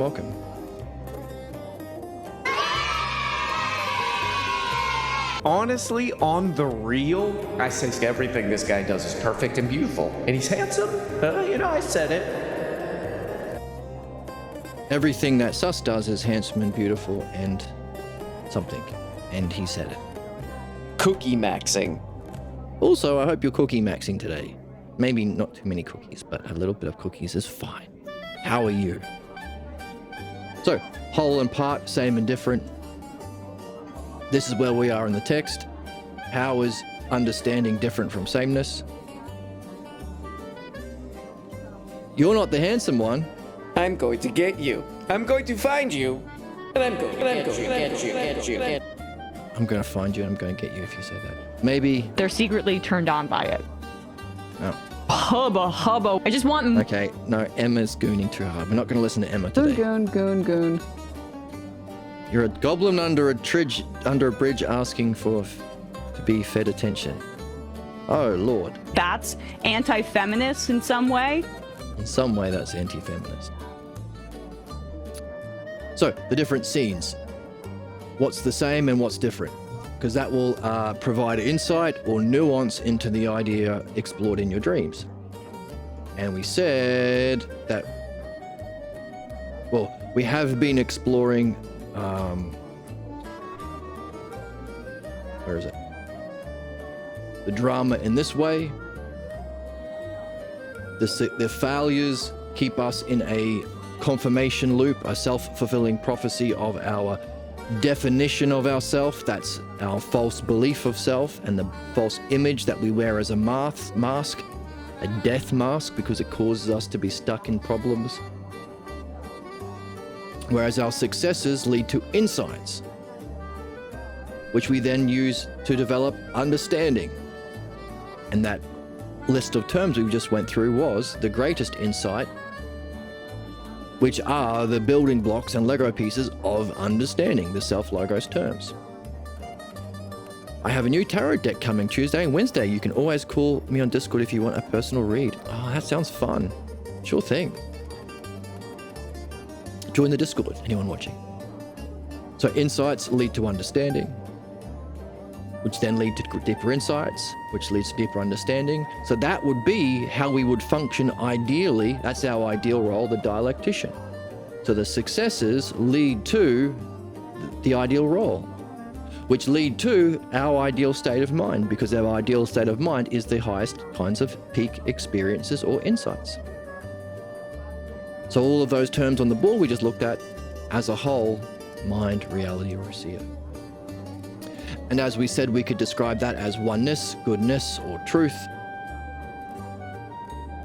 Even with enlightenment, we keep going and ask the question, well, what's the cause of oneness? That's the one self, or the good self, or the true self, allowing for our return ultimately back to the self via the self logos or art of dialectic. Always make an oracle deck someday. Well, that'd be great. Unleash the Socratic midwifery oracle deck. That would be fantastic. That would be really, really cool. You are so wise. Well, you are the wise one to recognize I am wise. No, I'm joking. Write a book and sell stuff. Sure, maybe. I mean, I'm working on music, so, but the last book that we read encouraged all of us to write a sequel to that book, so maybe you can write a book.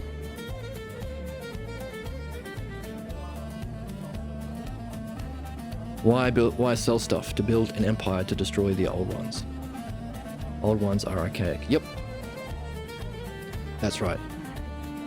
If I had lots and lots of money, if I was a billionaire, it would be to create schools where we can all learn this.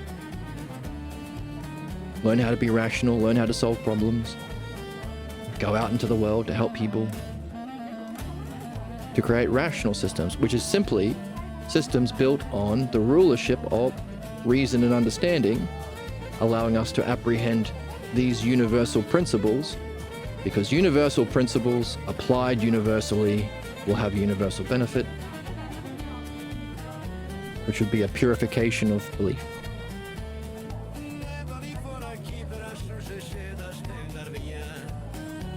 So, sameness and different.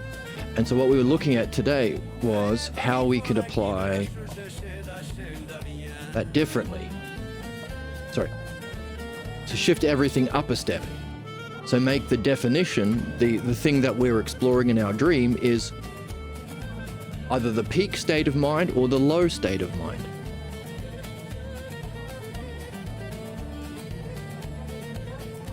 So we've shifted everything up a term. We've made the state of mind the definition that we're after. We've made it how it functions as the role in the drama. The divisions are the successes and failures in the different scenes. So the same state of mind or the same role functioning in different scenes. Okay, let's practice say something you think everyone should know in like a blank wise quote. I'll draw it. Well, we said the standard of rulership is universal principles applied universally for universal benefit.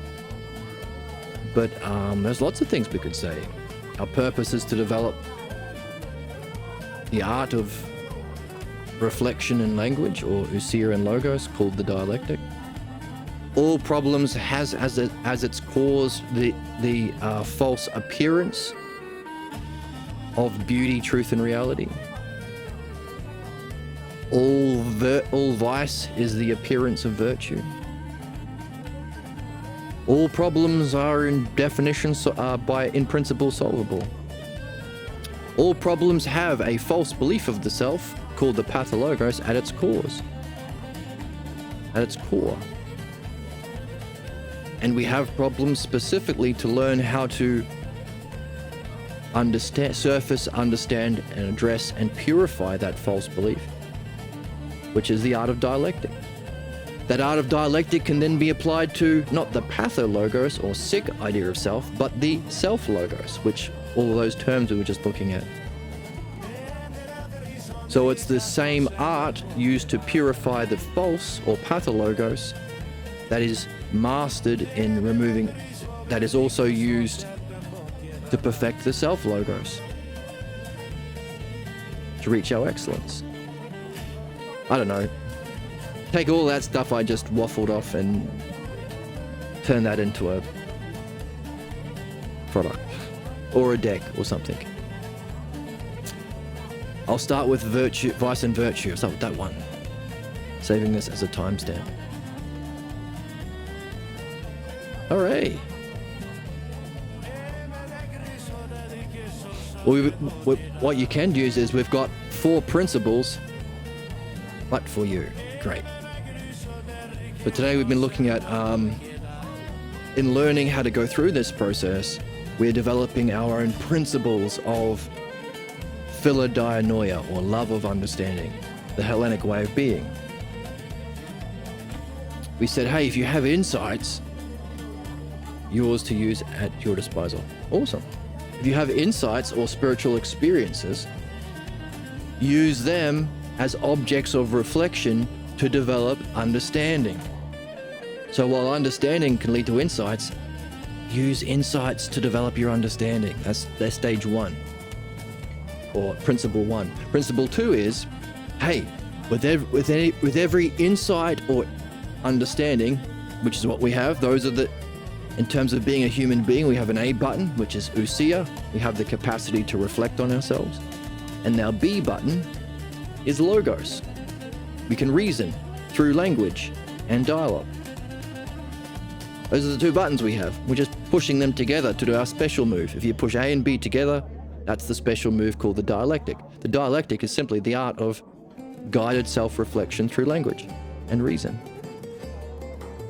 So hey, if you have an insight, ousia, or a new understanding, there's our 2 things, A and B, expect the enemy, the villain of the video game, to counterattack.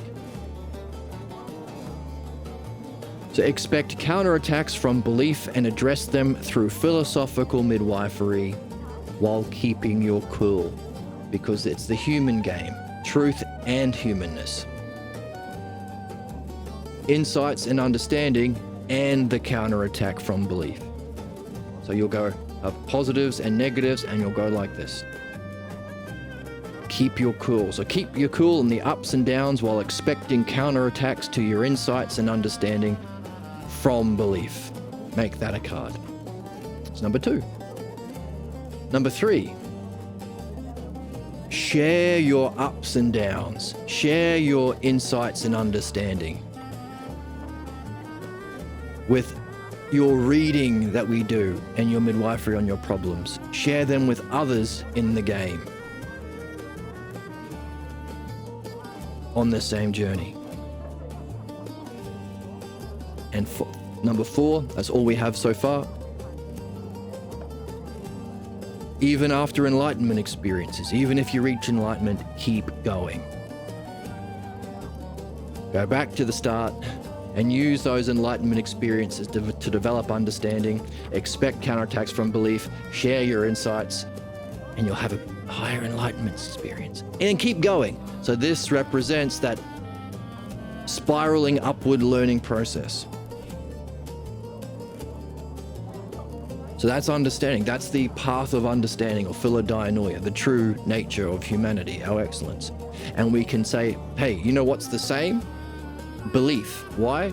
Because belief can also be the same in that they can rule you. So philodoxia, modern philosophy, love of opinions. How is it different? Oh, because it doesn't spiral upwards in learning. It just confirms the false beliefs and images and masks that you had all along, keeping you in a self-fulfilling prophecy in a stagnant loop. That's how beliefs function different. So I use these. These are the 4. Make these the oh, thank you for the follow. Hooray for you.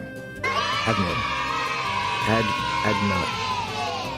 So make these 4 the top 4 cards of your deck.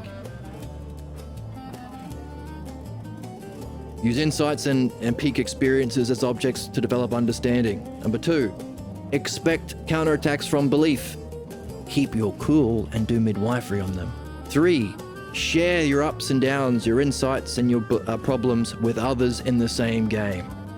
Number 4, even after enlightenment, keep going. So make those 4 the top of the deck. So we started to explore. Let me just check something real quick. I'm not getting an alert. Let me just check. Okay. Can we not? Nope. The hell is the thing? Hold for a second. Hold. All right, so we can finish the episode. Perfect. All right. So, same and difference. Apply this also. So we're not going to have time to get into the reading, but that's where we are today in the text. We're up to the part where Harry says, "Hang on a second.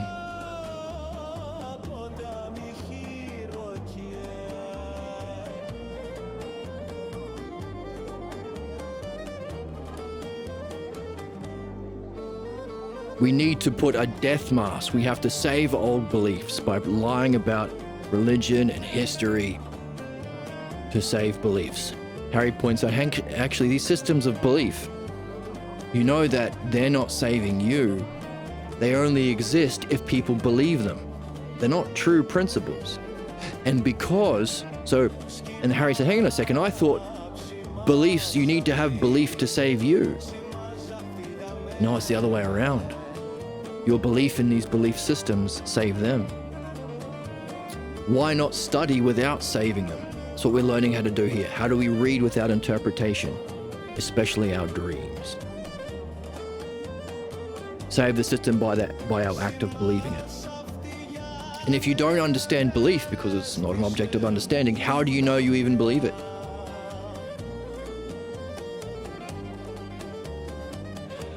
All the believers I've ever dealt with overlook the fact that they can't understand what they believe, but they have to believe it. Hey, believe Mary was a virgin? Based on what? Based on shut up? Believe it anyway. But how can I believe something that can't be proven with evidence and reason? Only because I'm telling you that your soul will be tortured for eternity in a lake of fire, and will kick you out of the family. Maybe we'll beat you up. Irrationality of belief. And by the way, everyone has to save the belief in their own way by aligning it to all the other stuff they believe. That's why when you get one of those comedy interviews interviewing a gaggle of MAGA, they all have their different justifications and they're all in contradiction. No one cares because they're all wearing the same hat. And after that person dies, their own beliefs or interpretation about religion or politics or capitalism won't sustain. Because they're not objects of understanding. They're not true. They're not universal. If you can't understand what you believe, what makes you think that you're actually believing it? How do you know what you're believing? By the way, if you don't understand it, so we're talking about breaking it down into its parts, seeing the parts, how they function together as a whole, but also how they relate to other things, how reading relates to dream analysis, how your problems relate to your excellence, how belief relates to understanding. If you don't understand, you can't make those comparisons. You can't get insight. You can't use that insight to develop understanding. You stay stagnant. If you can't relate it to anything else you know, you can't make comparisons. You can't make analogies either.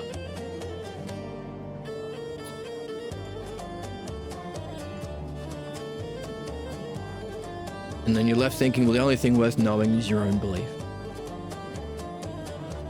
And the only reason you hold on to that is you have to face the emptiness of that position. Of being MAGA, of being a Jew, Mormon, Christian, Episcopalian, or whatever the fuck. But also the meaningless of a life lived under that bullshit. That requires courage and character. And Harry says, listen, if you take away my belief that everything is relative to belief, then there's nothing left, nothing at all. Joseph says that keeps you from facing the nothingness of your position and your life. Harry says, well, who can face nothingness? Which is a good point. The self reels at the prospect of nothingness. That's why we're learning. Because if the self is beyond even our peak experience, we might be repelled from that by thinking we're encountering nothingness, especially if our peak experience of mind is beauty and bliss and a oneness of everything all at once, all of evolution in one peak experience, grasping the model of all of the universe. If that's the gateway to its cause, you go from the greatest peak to what can seem like nothingness. Just as people who are attached to their belief will pull back from those peak experiences because they fear losing their image of themselves. That's called crossing the green line. Crossing the green line from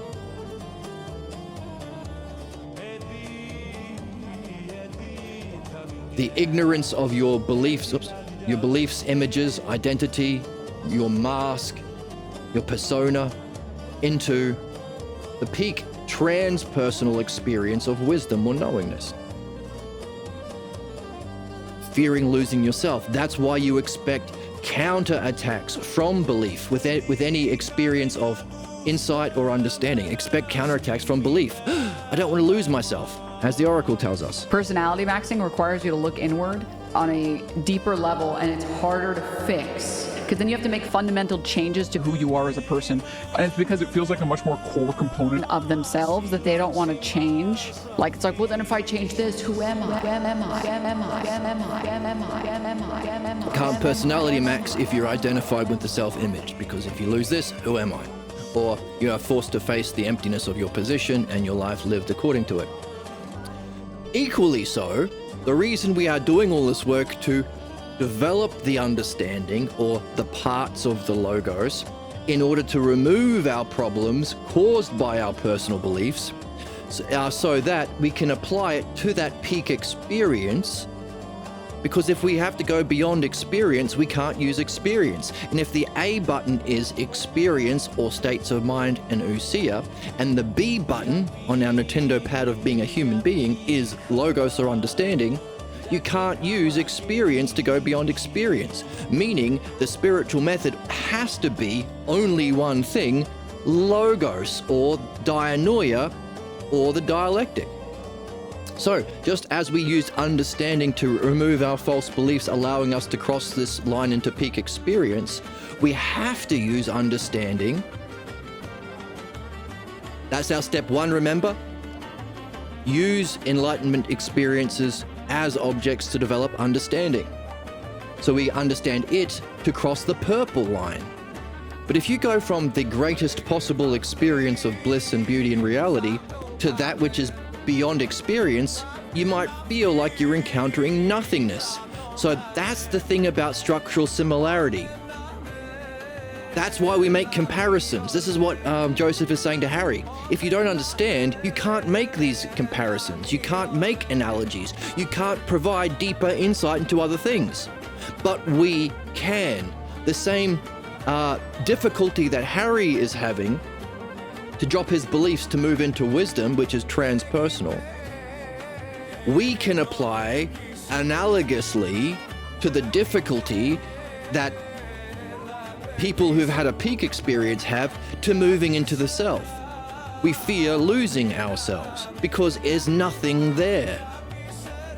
That's not true. It's the cause of everything, but it's beyond experience. What does that mean? That means understanding can be applied to here while knowing can't. It's a different kind of knowing of the self. That's why we take back with us understanding. That's the difficulty with Buddhism. That's why the stages of enlightenment with Eastern spirituality finishes here. That's why we say dianoia is the archetype of spirituality. You need to be using understanding to go beyond experience. And if you do catch a glimpse, you might call it nothingness, as some Eastern people have done. Not nothingness. That would be terrible for the self. The self would be repelled against that, and they do.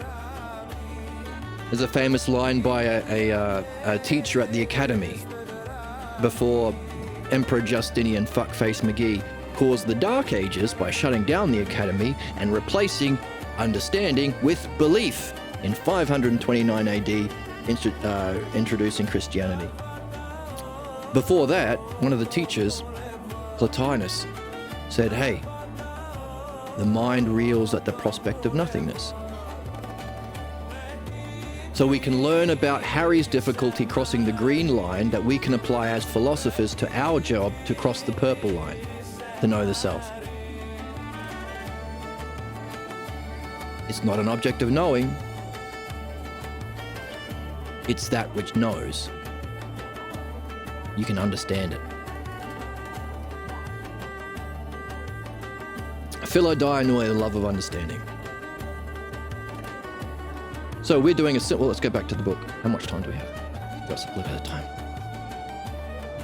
So there are alternatives. So us talking to a Buddhist or a Taoist, we say the same thing. There are alternatives to being repelled against the prospect of nothingness. There's also an alternative to spending 40 years sitting on a mat, or the expression, spend your whole life sweeping up at the ashram. Those things blocking your meditation practice, yeah, they're objects of understanding. There's an alternative to sitting on a mat for 1,000,000 years and hoping and praying that you get enlightened. It's pressing the A and B button. The dialectic. Harry's, of course, doesn't have that. This is why we're talking about having this channel, introducing true philosophy. Well, no, it's just word games. I've heard about philosophy. This guy studied philosophy at regular college. It's all word games. Quoting Nietzsche to justify the existence of religion or some bullshit. Yeah, I've met them. I've seen every single philosophy YouTube channel, except for like maybe 3. It's all this. It's all just word games. It's all love of opinions.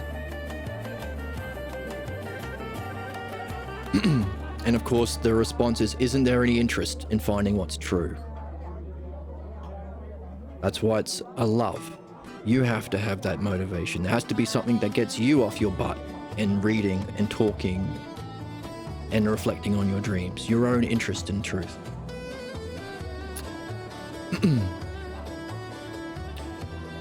And so, have you seen my philosophy of just being existing and just being full of lasagna? Well, the question is, once you're full of lasagna, once you've eaten your lasagna, what do you do next? Or what do you talk about while with your friends as you eat lasagna? You're gonna gossip? You're gonna make jokes? This whole book started with them at this restaurant, having a meal or having a coffee, and the waiter coming over and said, hey, look, unless you develop some discipline in how you think and talk to each other, you're never going to rise above the level of humor. You're just going to be making jokes your whole life, and not very meaningful ones. If you want to understand yourself and each other, here is my challenge, says the waiter to these people down here. You'll never be able to understand yourself or each other unless you get rid of a certain belief that you carry. The belief that's all relative to personal opinion. And this whole book has been explaining why. The challenge is, hey, I'll buy a coffee to anyone who can prove me wrong. But here is the one condition. To prove me wrong, that you can understand people without dropping your false beliefs. To prove me wrong, you have to first demonstrate that you've understood my position first. And then if you understand my position and you show it's wrong, I'll buy you a coffee. But here's the rub. To understand his position, you'll have to get rid of the beliefs that block understanding. So in trying to prove his position wrong, you will have proven to yourself that he's right. That's the cleverness of the book, maybe. So yeah, so what do you talk about while enjoying your lasagna? Isn't that what we have? We can enjoy great food, we can enjoy great lovemaking, and we can enjoy great conversation. Now, the thing about the first two is ideally you want to be doing the great conversation at the same time. Making love with the lights on, they say. That's just an expression, but there you go. So, in order to learn how to think properly, you have to develop discipline, but also you develop a mastership.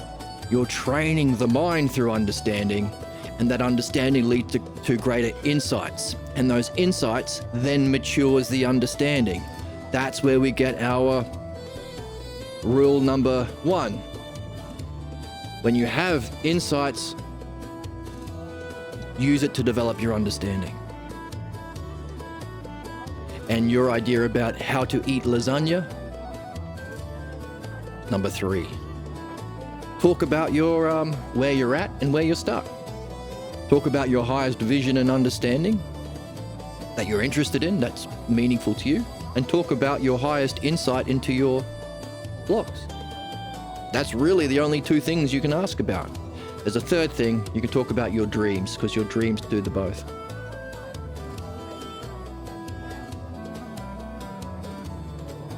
I joke around a lot. Yeah, so we're elevating humor to meaningful humor. Often in our current society, which doesn't do these 4 things, making jokes is kind of like the acceptable way of using a creative intellect. So a lot of real comedians are intelligent, only they should be directing their intelligence to this, as well as making jokes. Because we've had jokes in this book. If you understand a position that's garbage, you can use analogy to show it's crazy.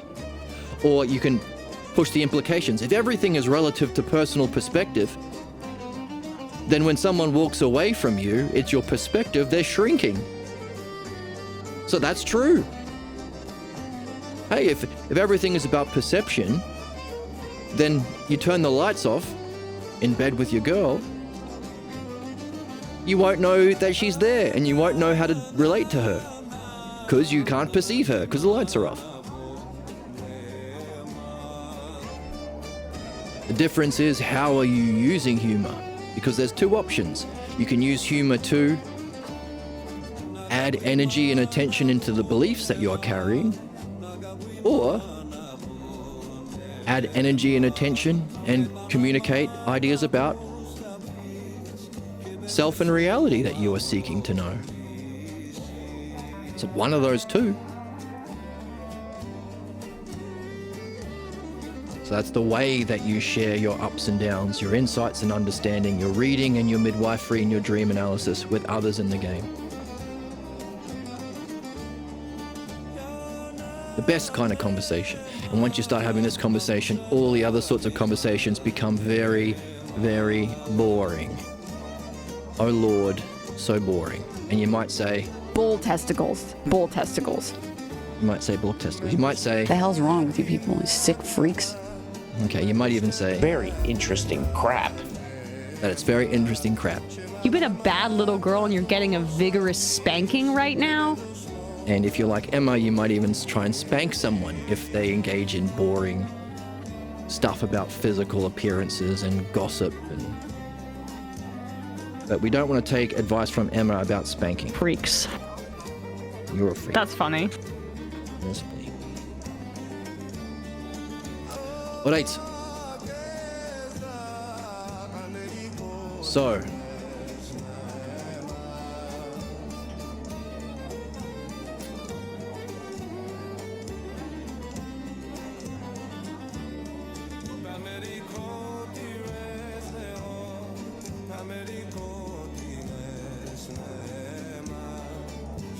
So then we talk about history, and Harry says, hey, all history is just whatever group trying to save the beliefs that they inherit. And so what? If people march to war under an Islamic banner, some people march to war under a Jewish banner, some people march under a MAGA banner, some march under a Nazi banner. Who cares? It's all the same shit. It's your assigned role in history. You interpret the past to justify those beliefs you inherit, just playing a role. That's it. Who cares? Everything is meaningless, is the result of beliefs. And why? Because shared beliefs give you a common bond of feeling. And that's what you need. Because the shared beliefs based on your traditions you inherit give you a common bond of feeling and lets you know quickly who's on your team and who is the object of your violent bullshit. Because belief can only do violent bullshit. Just as we talked about humor based on beliefs and opinions and physical world gossip. Boring. But humor based on ideas, based on truth, based on insight, based on the ups and downs of the human process of learning and facing counterattacks, that's awesome and funny and cool. Cool as a cuke. Cool as a cube. Whereas belief can only do bullshit. You can only harm, you can only blow up things, you can only hurt people. And that's what he's after. Who are you, who's for you, and who's against you? And Harry is saying, hey, let me show you how understanding is different. Understanding allows you to use allegories, make connections between things within the system and across to other systems, to make jokes while eating lasagna. Allegories allow you to use your mind in a more profound way. That's all. That's the difference. When a whole culture can engage in it, then it brings about a new stage of that culture's development. On the basis of that kind of reflection, the Greeks were able to grasp that the rational is a higher and more general or universal or transpersonal expression of the mythical.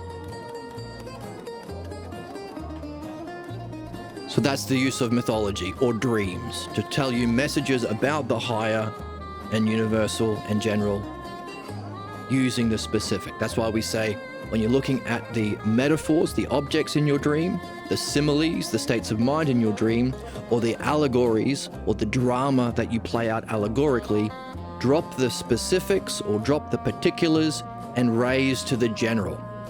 Drop the particular, raise to the general. Drop the specifics, raise to the ideas. What is it saying about beauty? What's it saying about your state of mind? What is it saying about mind itself, or the self, or excellence, or justice? That's what it's talking about. Yes, it will have a relevance to your life, because that's your drama. Your drama is dealing with your beliefs about those ideas compared to your understanding, apprehension, and assimilation with the true ideas of beauty, justice, mind, and self. That's it. We live in an intelligible universe. To the extent you are not aligned with it through understanding, to that extent you play out problems and dramas. That's what dreams are about. That's what life is about. So there will be a correlation, but we want to get the meaning of our dreams, not just get wrapped up in the gossip or the drama. Sure, you might be making love to a beautiful woman in your dream, but then you wake up, it's like, oh, that's a shame, it's gone. No, but the meaning isn't gone. What is it telling you about how you relate to beauty, or relationships, or justice, or love? Because that you can take with you. That's the difference between A button and B button. Experiences end, understanding doesn't. That's why philodainoia is higher than philosophy, higher than the experience of wisdom. You take understanding with you, even after the dream. They could see how the higher can be symbolized in your metaphorical images. Look at the furniture, the similes, states of mind, and the allegories, and enjoy them both. So maybe, as our friend in chat was talking about, you can take all of these ideas, apply them to your dreams to see how they work, and then create works of art. Create your own metaphorical symbols representing ideas, your own similes to represent states of mind, and your own allegorical dramas to tell about that up and down journey, human and truth and humanness journey along the way. Metaphors, similes, allegories. And for her, they can be objects of tarot cards. For you, they can be an anime or a short story or even a conversation you have over lasagna. The way we learn about it is through our dreams. So, on that note, it's a good place to stop. We were going to talk about how we can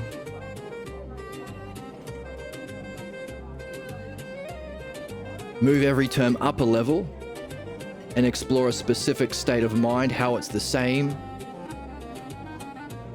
or look at the same role and see how there is different successes and failures that play out in the divisions of different scenes or different dreams. Collect a bunch of dreams over some time. Therefore, the conclusion would be what? Remember, when you have all of these divisions, you look for a idea that you can synthesize. Is there a specific synthesis? Is there a specific theme that repeats or is developed through sameness and difference to see nuances? Is one one failure or one failure in a scene or a dream telling you what happens if you don't have it, and one giving you what happens if you do? What happens if you have that same idea or role or state of mind in a higher way? Is there nuances?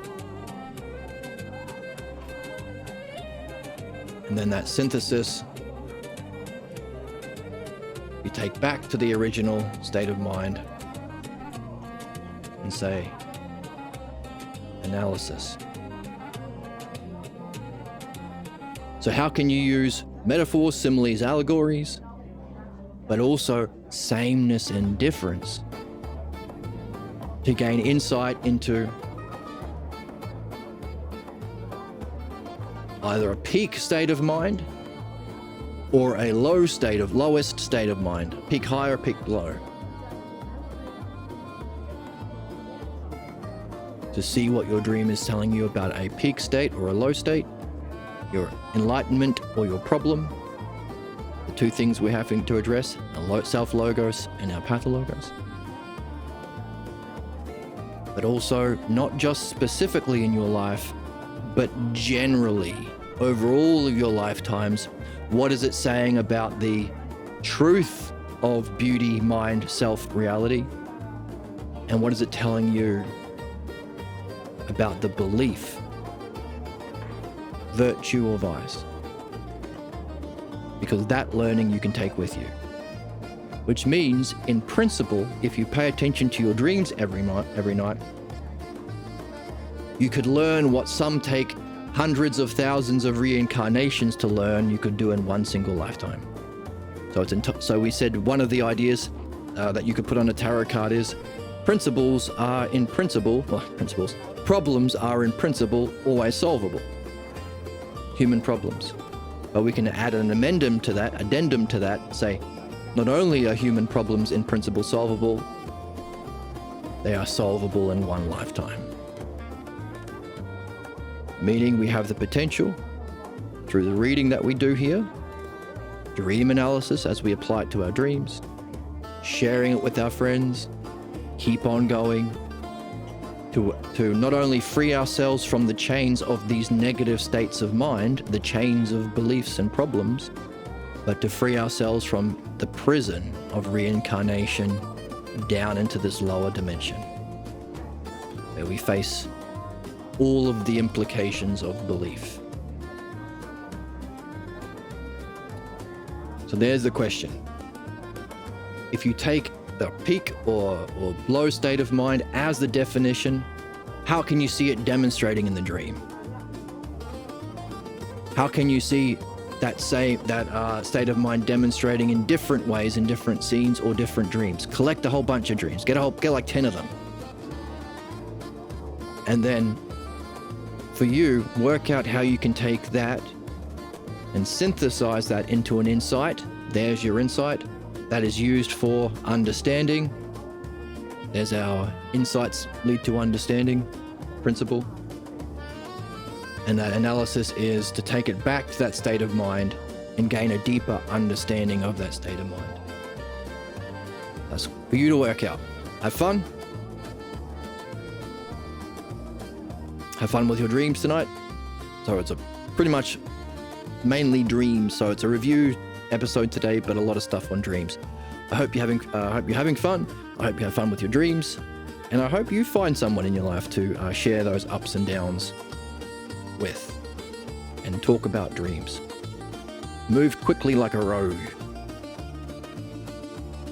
And if you want to join the Discord, you can.